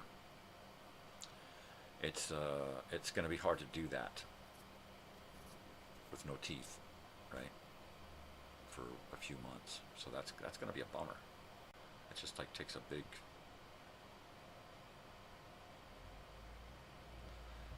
big gust of wind out of my sails. Oop, there's the trash man. So, there you go. So I got to deal with as much as I can in the next couple of weeks, and then I'm just kind of screwed for a while, and then I can only do stuff in text and emails. And that's not the ideal way of going about this. So I'm going to have to get generals and minions and stuff doing stuff for me.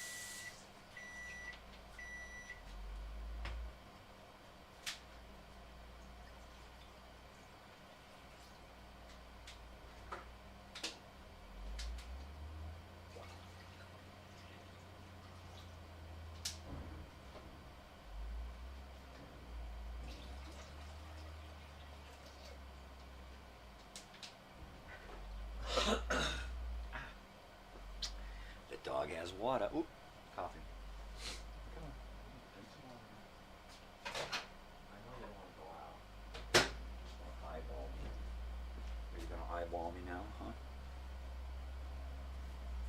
Trash man, trash man, trash man, trash man, trash man, trash man. Driving by the house now.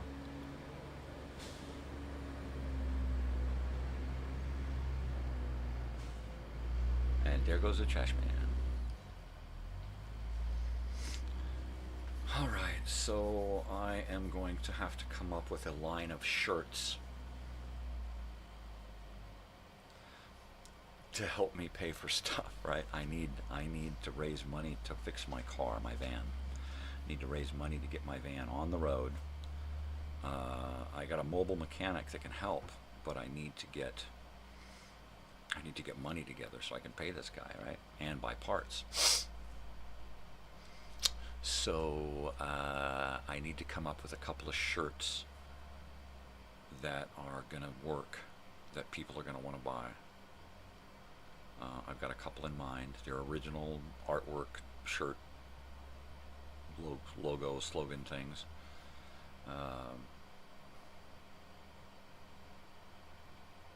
I don't know that I want to do a shirt like that says Elsinore Brothers Studio or Mondrian Media Productions or Crazy Old Weird Bearded Guy or Mornings or any of that. I don't think I want to do any of that type of stuff. Later maybe, if I have time. But it feels a little weird trying to sell shirts with my name and face and stuff on them. I don't think so. So I'm just going to come up with some great ideas for shirts and hope they sell. And hope I can, make enough money to not just pay for the shirts, but to pay for some frickin' automotive repair.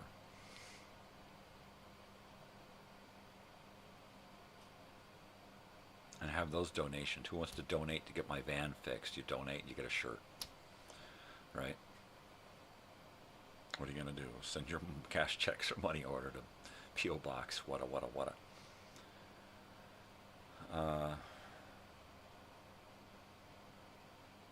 Because at this point, this here, sitting here, is pretty much all I got left. Right?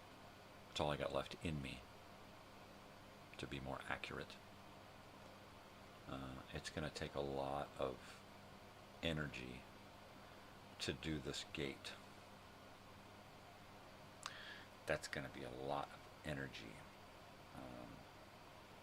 And it's a lot of physical.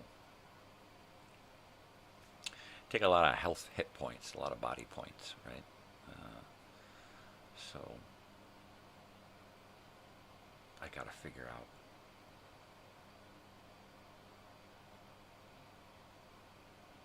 Yeah, I got to figure out.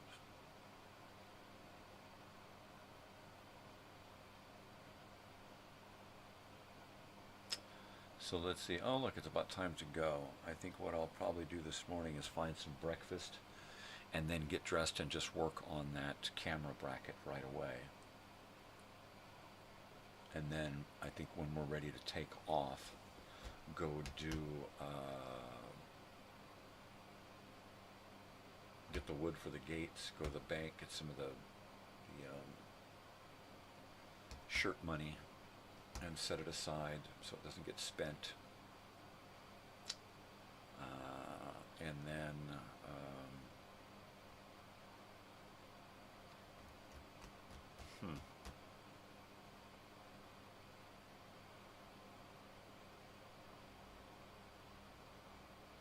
yeah, go buy the shirts, go buy the bank, go buy, well, I might even just take the money, go buy the bank first and just take whatever money I got and say, here's another 150, you know. And then just so like every time I go in there, I'm giving them something.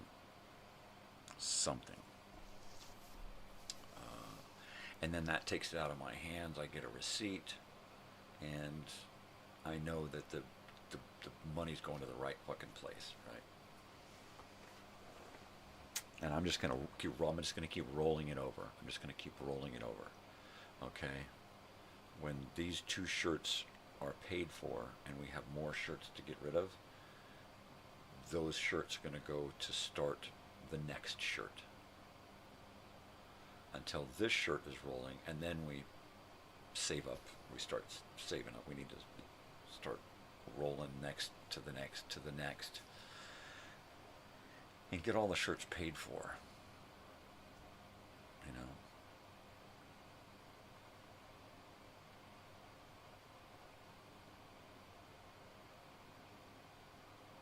And then as that money comes in, start paying for shit.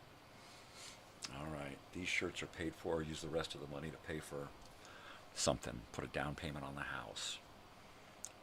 When we get to about 3 or 4 months from the show, I'm going to start going after the entertainment and start giving them a frickin' down payment if I have to make sure they, you know, they got no choice but to be there. Even people who haven't even asked for anything yet, I'm still going to put into the budget something for them.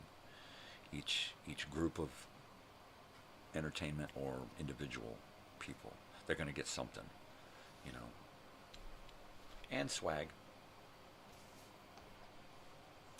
All right, I guess I should wrap it up. It's 8. It's getting late. Let's get out of here. All right, rocking and a rolling and a rocking and a rolling. So, yeah, I will be back again tomorrow morning for Old Time Radio Wednesday. That'll be fun. Be sure to tune in all throughout the day for all of the great stuff, 'cause I got a lot of it every day. So tune in, check it out.